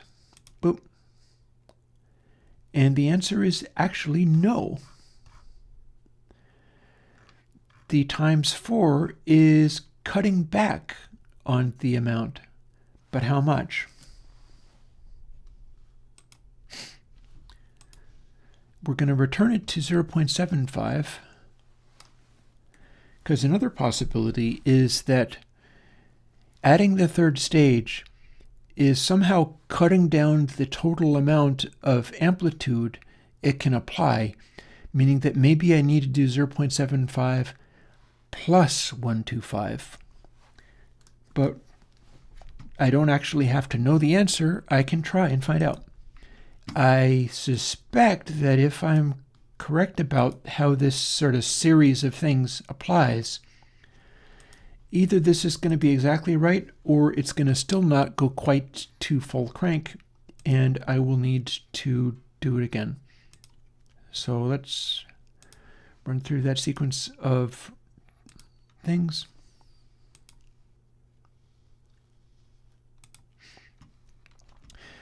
If this doesn't do what I wanted, I actually have to take the 0.75 and add 0.125. Or half of 0.125, but let's find out. Because you see, our calculations are not correct. With only the second in there, then 0.75 does it, but with the third in there, we got to add to get there, and let's find out. So 75 plus 125. My brain's not good enough to do that in my head. I'm going to use a calculator to do it. I know. Poor Chris. He's not very smart. 125, 875. However, it's also possible that what I should add is half of 0.125. But we'll find out soon enough.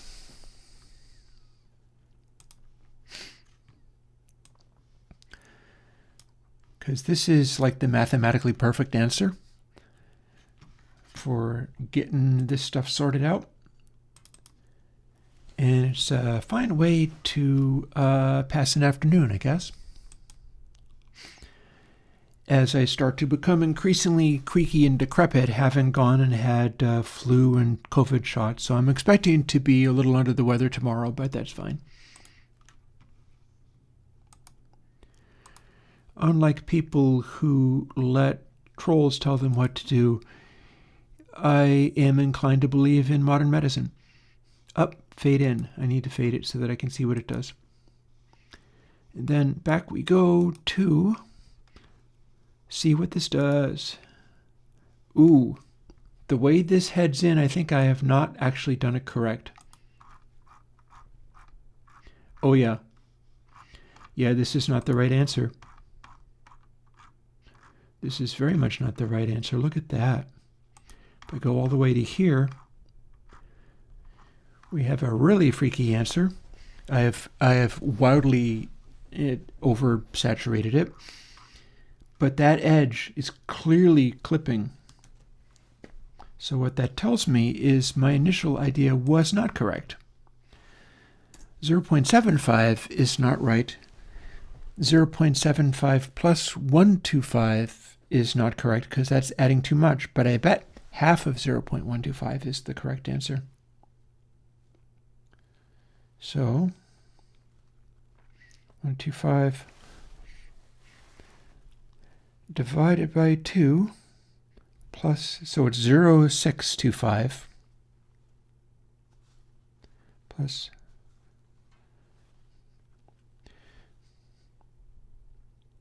well, that ain't right. Let me do that again. 0.125 divided by 2 equals 0.75 plus 0.0625 is what I'm going to want. So let's try to do that. Okay. So apparently the multiplier that I want is 0.8125, which is a neat, tidy, small amount. Let's see if I'm correct.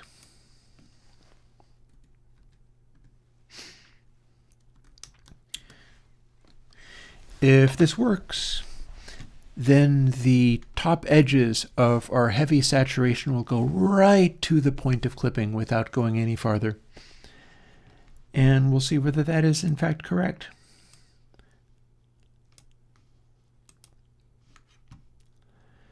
It's interesting that adding the 1 forced me to turn down the amplitude of the output to 0.75, but then adding the times 4 factor is causing me to turn it back up again. That's interesting.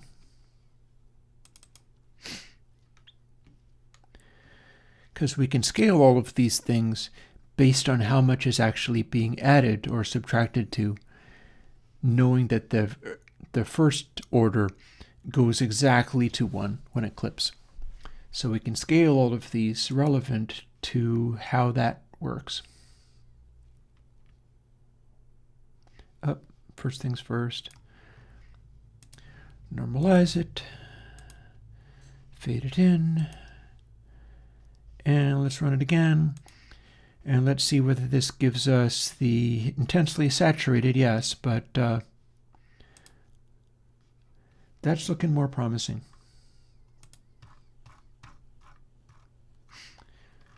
See, I think that's correct.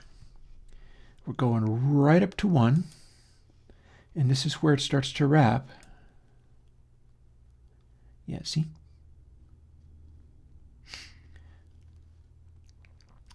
As we amplify to the point where it's this funky soft clip, but you notice that, see, that's the center of it is kind of pointy. The sharpest curvature is over here rather than at the top. It's not converging towards the flat top anymore. It's converging towards like a angly top. And then it becomes this very slowly emerging wavefolding. Because here's one of the things I'm working on with this. I don't want any discontinuity points. I want it to hit this flat top point and then slowly turn into wavefolding. But there is no point where any of this ever sharply changes from one mode to another. That's what I'm after with this. And I think this is getting me there.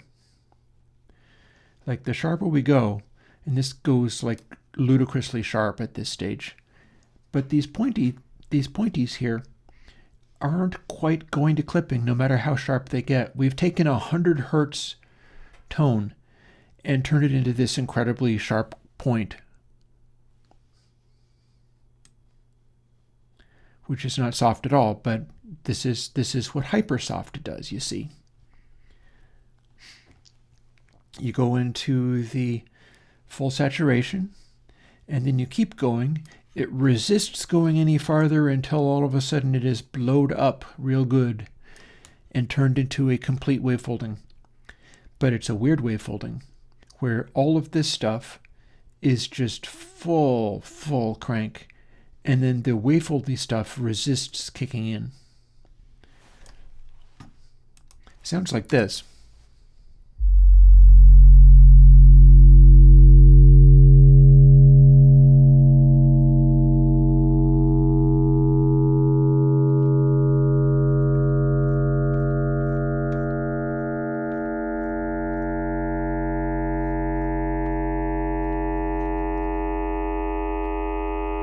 As the pitch goes up and up, we're still rising. More and more distortion. And we've still got a ways to go.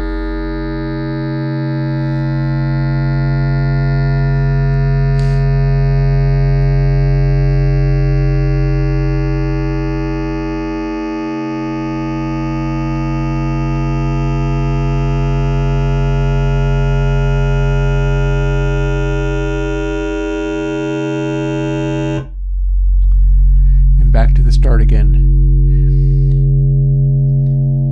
And our sine is getting rowdier and rowdier, but notice where it is. We've already hit full distortion. So this is just the tonality that gets added to our clip as it goes higher and higher and higher, and then starts to cut out. So that's very interesting, and our numbers seem to be calculated out pretty well.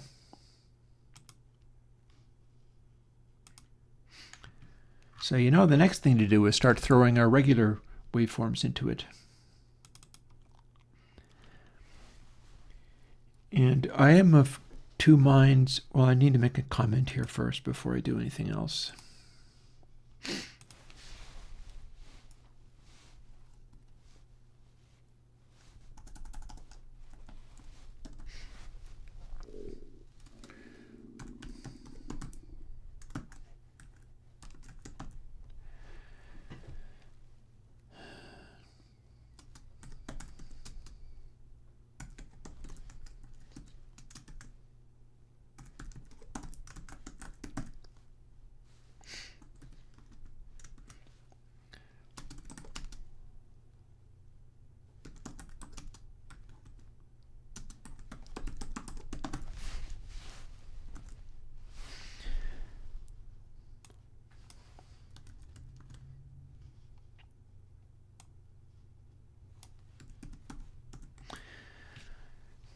And I bet that's going to be 8.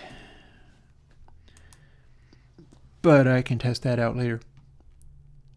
Oh, I mean, if the frequency is past Nyquist, it does, but it cuts off if the additional harmonics fall away very quickly. So what we're adding, like you'll hear it. You'll hear it. I'm going to save that because I'm still doing other things here. I'm going to spend about 10 minutes or so playing with audio because I'm pretty sure I'll be able to put this out. Unless I feel really under the weather the next couple of days, I'm probably able to give this to you as a plugin this coming weekend. And that will leave a bunch of other stuff saved up so that I can continue to work on Console X, where I did also have other work to do on that today, but I'll catch up with that tomorrow or next week. Anyway, here is a track that I can apply this to. We'll dial it back just enough that it's not obnoxious sounding. We heard this before.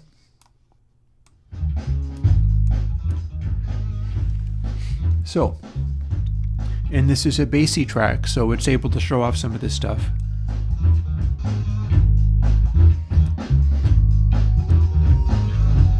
Here is the density algorithm. If I do this, this becomes the original Hypersoft. More articulation. But if I add this, it becomes the second stage.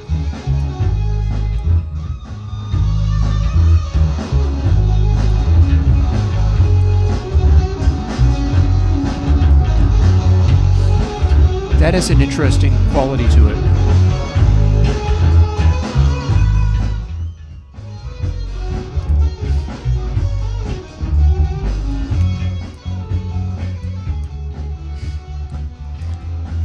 So here's how we make it punchier.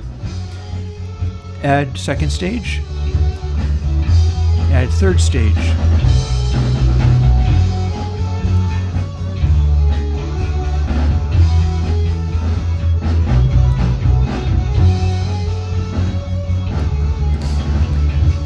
So what I'm hearing here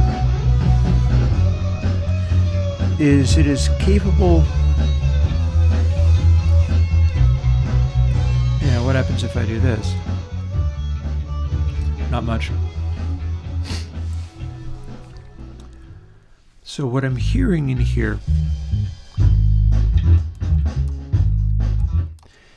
is that when I have second stage in, we have this nice sort of low-mid punch. But then if I have third stage in,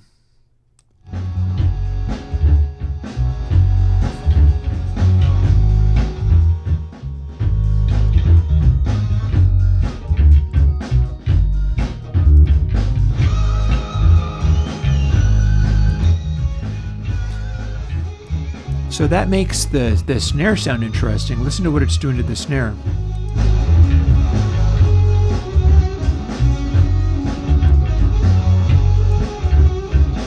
Compared with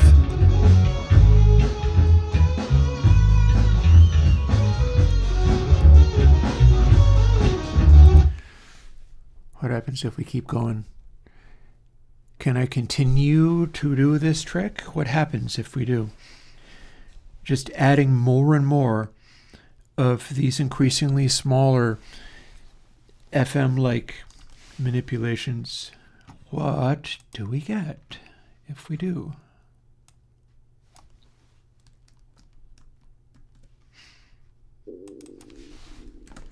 My stomach is grumbling. I'm hungry.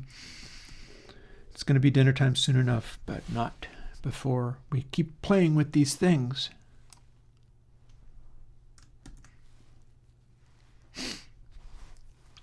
Ooh. And I forgot that that this is the case.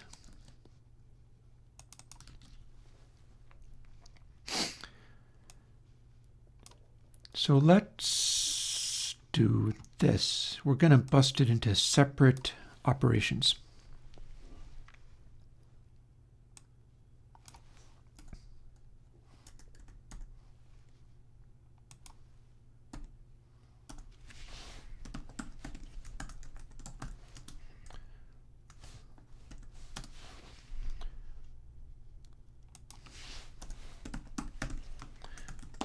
Because then we can try to follow that pattern. Oops.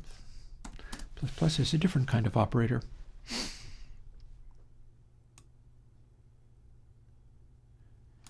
And let's see, which of you... Okay, we don't need that final paren.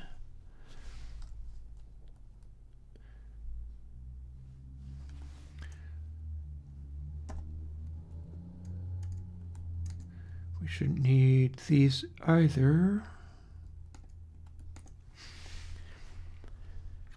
But now what we're going to do is continue the pattern.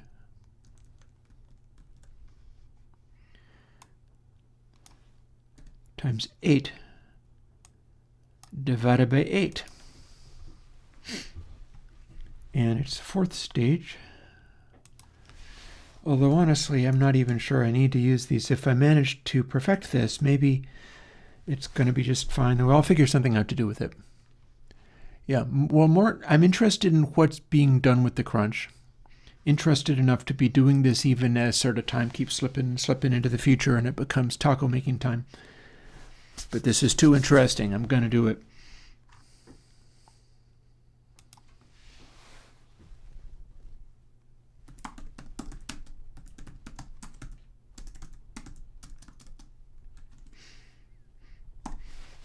And then we have to do divisor. So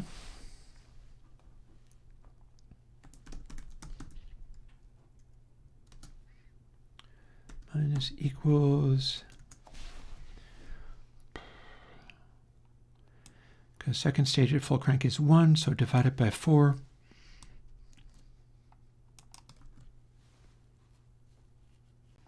Oh, I do want parens in these because it's a plus equals.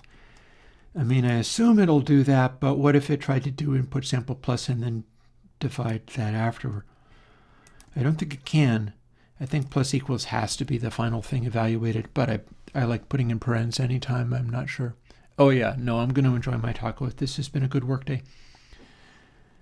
Minus equals that. And then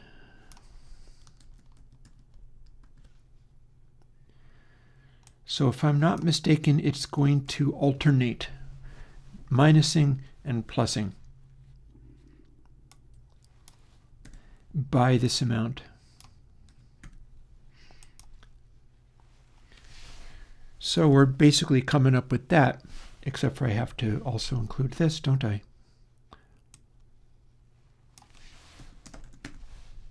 Bleh. I'm typing too fast. It's okay.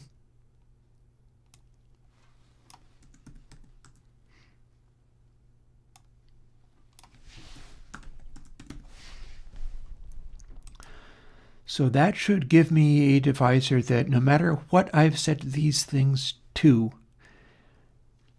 produces a output that doesn't clip, including if I set them weird. This is not, but it might find use there. I'm not sure if it will or not.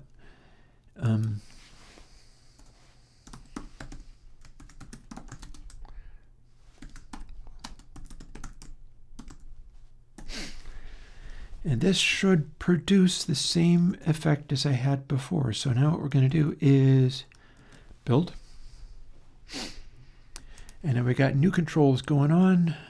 Got to copy it over.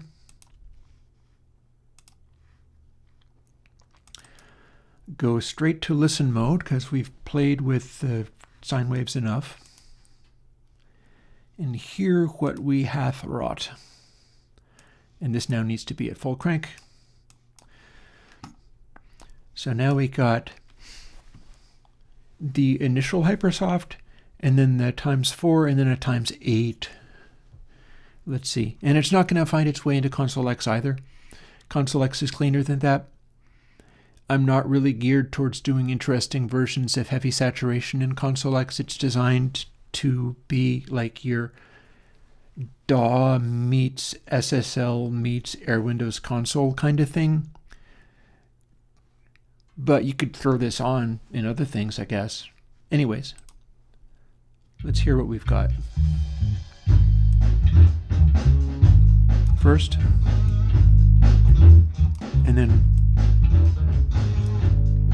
see, this is the additional layer we added. So, more grind, and then even more grind. So what this should be doing is continuing that soft saturation. I probably will want to throw on the sines again. Oh, also I can find out whether we're saturating. My calculations are correct.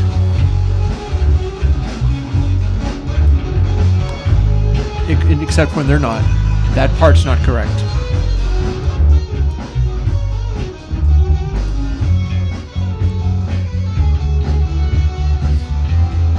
Yeah, it only likes it when I've got this. Or, no, it only likes it when I have all of them.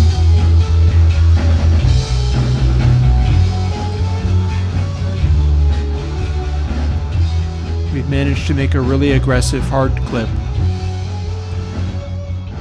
that is saturating right around here, but still allows peaks to poke through all the way up to here. So that's pretty aggressive. That's pretty aggressive. Let's let it wrap.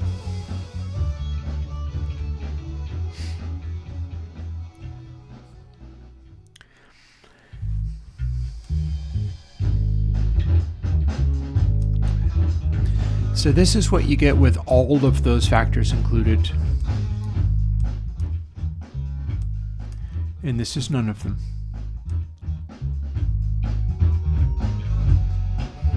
And again, this is no saturation, but a simple sine.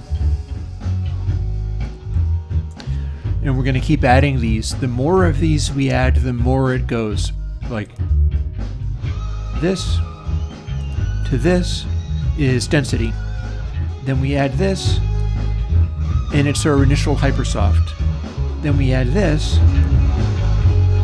and we're way more aggressive already. Then we add this, and we've gone right up into the most aggressive zone.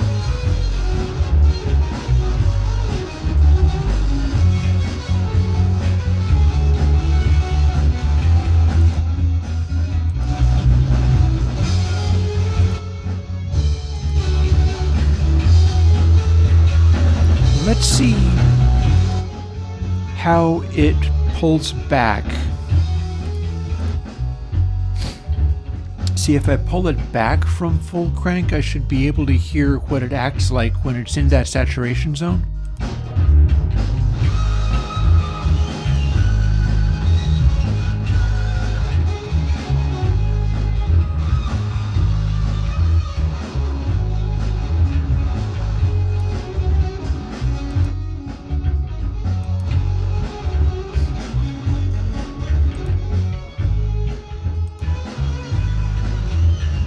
So we've got a real aggressive peak limit here. I am not sure the final level really is giving me anything I want.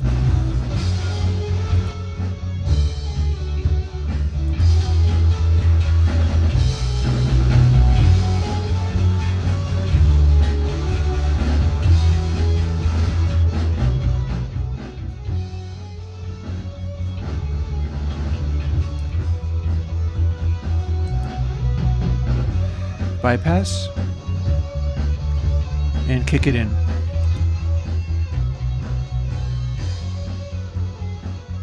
That's intense. Let's hear that again. Bypass. And then, yeah, oh no, I can't do anything about the mic in my room, I'm afraid. But kick it in at incredibly turned down level.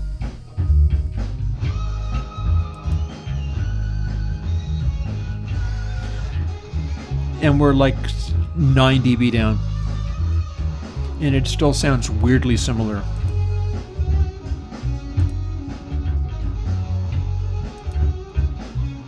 That's nuts.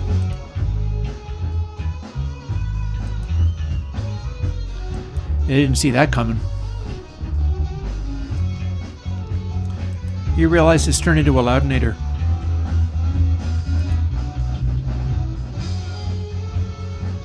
Yeah, the snare sounds pretty chunky here.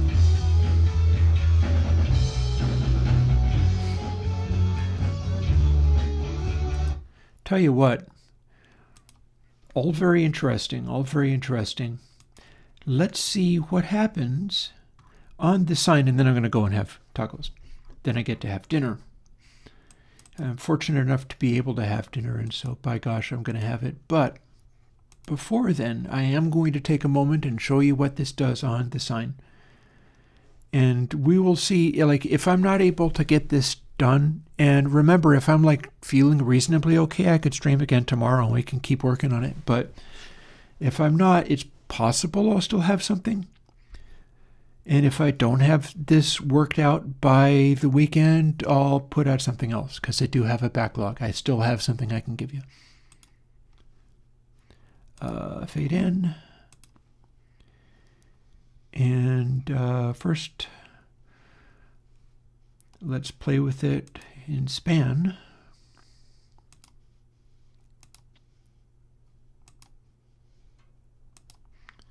So we can see exactly what happened.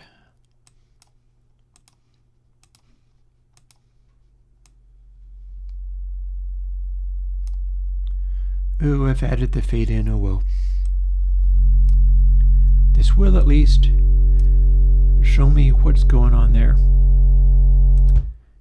I wonder whether I should make it be times 6 rather than times 8. Maybe, I don't know. Depends upon how well I feel. Okay, here's how the frequencies get added at full crank.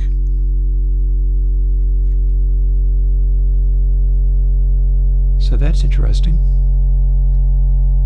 We sure are getting lots of added frequencies as we go. Damn. And yet they're cutting off so steeply.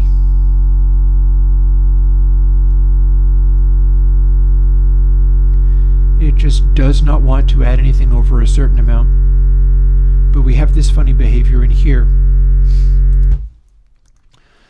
So I tell you what I'm going to do.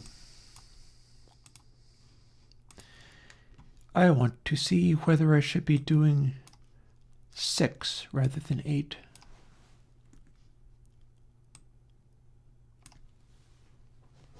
Because who can say?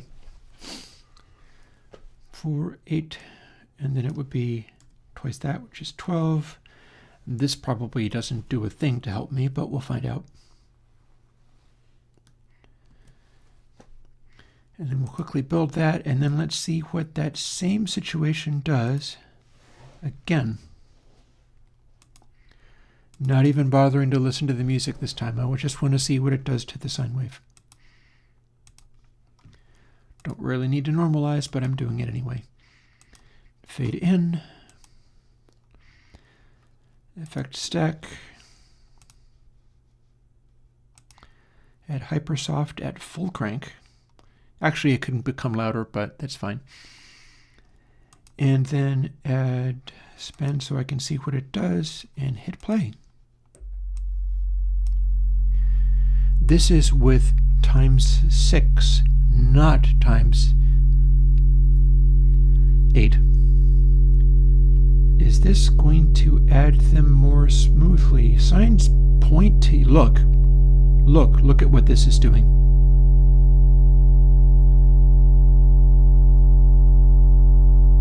It's perfect. That's what I should have been doing. Mind you, I'm losing this one now. Still. Perfect. Perfect. That's exactly what I should have been doing. Mind you, the harder I go, the weirder it gets. But like, the way that we keep adding these, and then it takes a while for that first one to drop out, and then another one drops out, and then it starts going a little crazy towards the end, but that's an astronomical amount of saturation. And let's take a minute to see what that looks like on the waveform. We made it do this.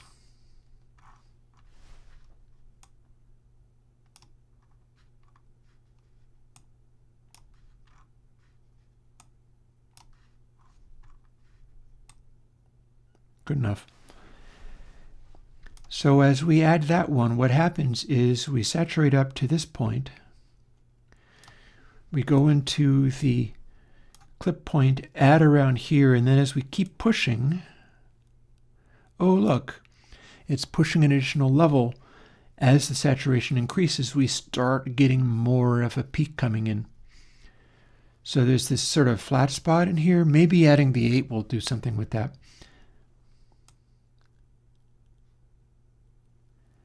And then we have a sort of lump being added onto that, but we have this middle section. That's a little weird. That's probably not helpful. And then we're clipping through, and we're eventually going to see it come back down in a wraparound behavior like this. And that's how we get this behavior to happen. And then it goes completely nuts right at the end. See how fast that happened? Watch this. It pushes through and weep. It just keeps on keeping on.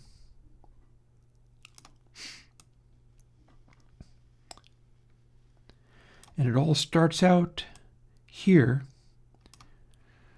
where we're going into this neat sort of flat topping behavior. This is the point at which all of these things worked together to act like some kind of special loudinator, where you could have like turned the output up 12 dB and it would have acted like some kind of very elegant, smooth little saturator. So that's where we've got so far. And yeah, the whole thing about it is that when you throw higher frequencies, the waveform that we saw as it went crazy and started doing like stuff like this, like see all these funny little extra corners here, goes up to here, and then it's like an inverse curve, and up to here and an inverse curve. Clearly the additional one that I added, actually, I have control over these things.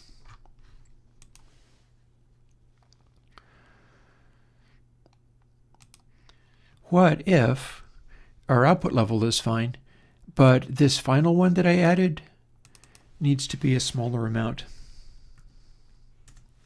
Like, for instance, this. Because before it was fine. Now if we do this to it, what do we see? Isn't that interesting?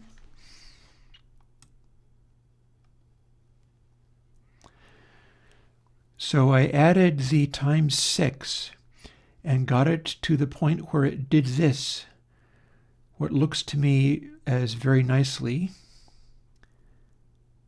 And then we're slowly adding this additional bump on the top, but it's kind of smoothed off. Isn't that interesting? I have no idea what you mean by phase, John Sand.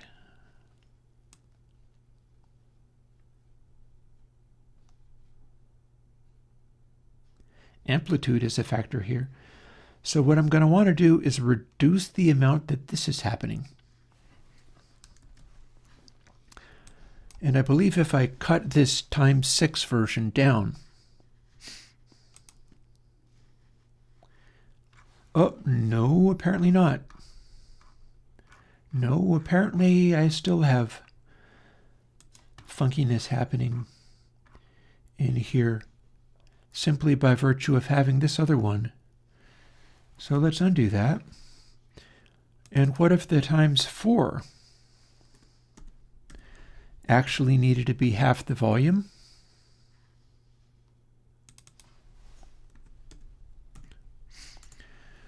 What do we get when we have this one at full crank and these at half crank? Because they will be applied at this volume level. Oh, look promising.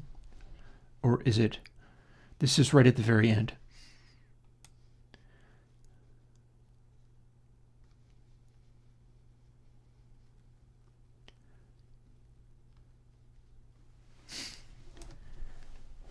We have a very interesting result here. Will you look at that?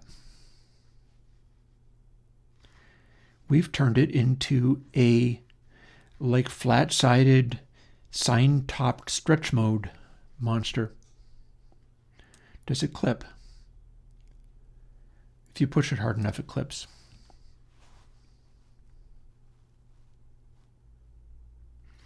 At this point, the amplitude of this stuff in the middle is really quite bonkers.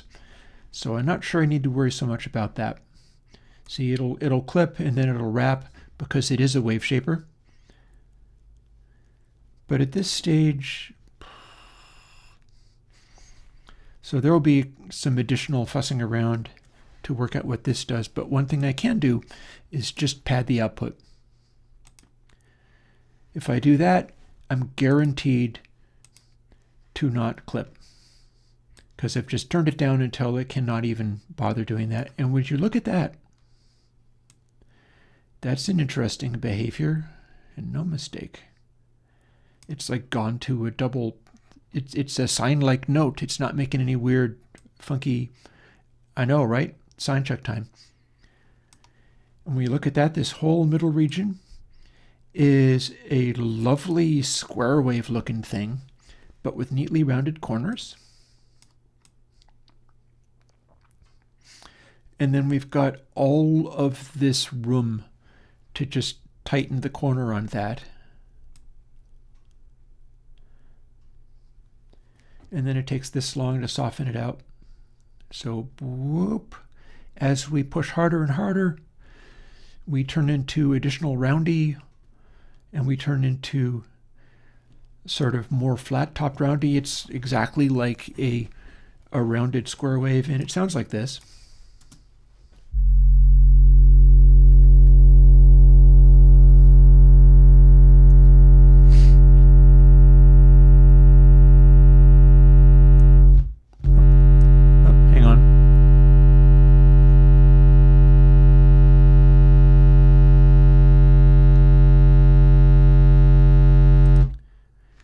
Actually, no, it doesn't sound like that. If I bypass it, then we get to hear what it really sounds like. I'm doubling it. That was 2 layers of it.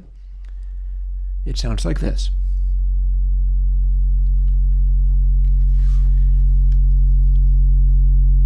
Getting sharper, clearly getting louder.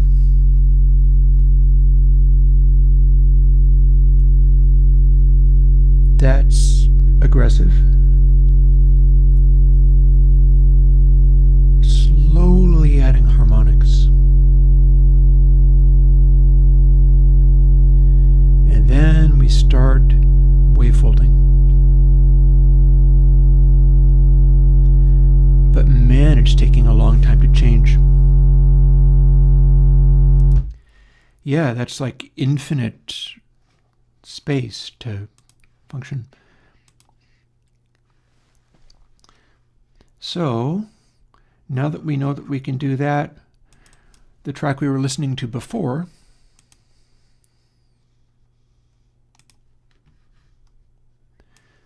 cut the level down completely. We'll have that be something reasonably quiet. And let's see what we got with this new not clipping.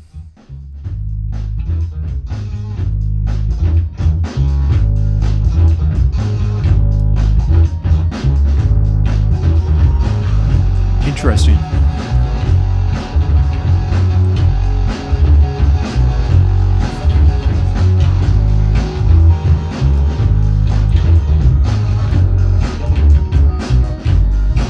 Would you listen to that snare? Yikes.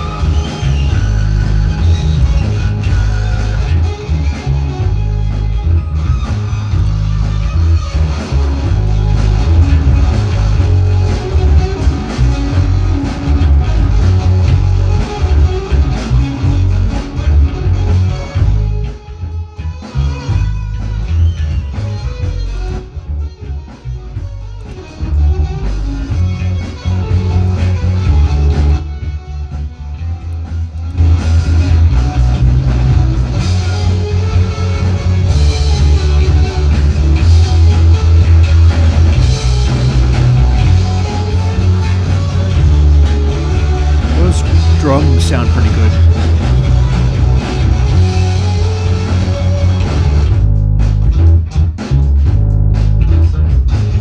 That's a bark on that drum right there.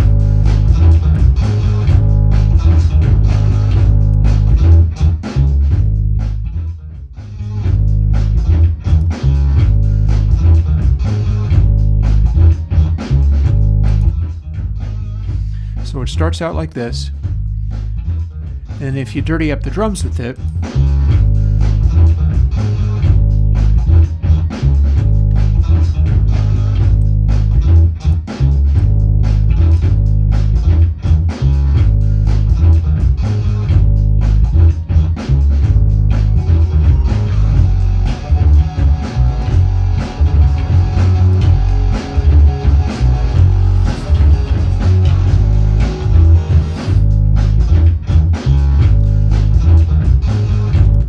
liking that sound on a drum, I'll tell you. What have I got that's just only drums? That's not that. This. Little attenuated drums. So let's throw this on literally just only drums. Ready? And then I'm going to go and have tacos. I'm like half an hour over time. Ready?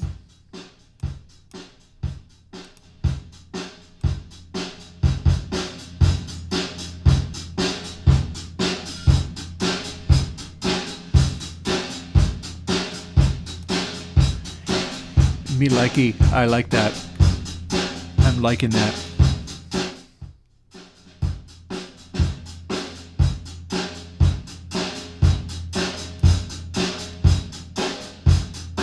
Dude, I'm gonna be able to use this.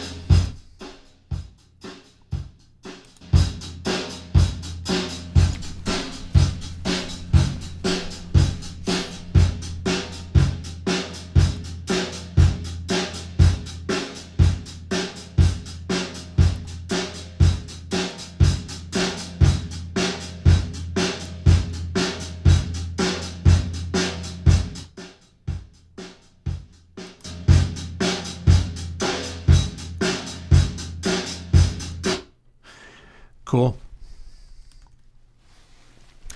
All right. A good day. We're going to call that Hypersoft. It's the new Airwindows distortion. I think I should just box it up and set it out just like that. I think that behavior on the sine waves translates so well to what I needed to do that just gets to be the new thing. I'll just package it up like that. I'll make sure there's a lot of gain on tap. I'll have like Airwindows Z filter level amounts of gain on tap, and an output control, because it'll be able to distort so ridiculously loud. But yeah, that's cool. That works. And with that, I will say goodnight and go off and enjoy my tacos, because that worked. I didn't expect to take the last two things that I added, change the one from 8 to 6, and then set them both to exactly 0.5 and have magic happen. But, sometimes stuff works out good. Enjoy, because you're getting this coming weekend. Whether or not I feel under the weather, I'm making this happen. It's too cool to miss. Bye-bye.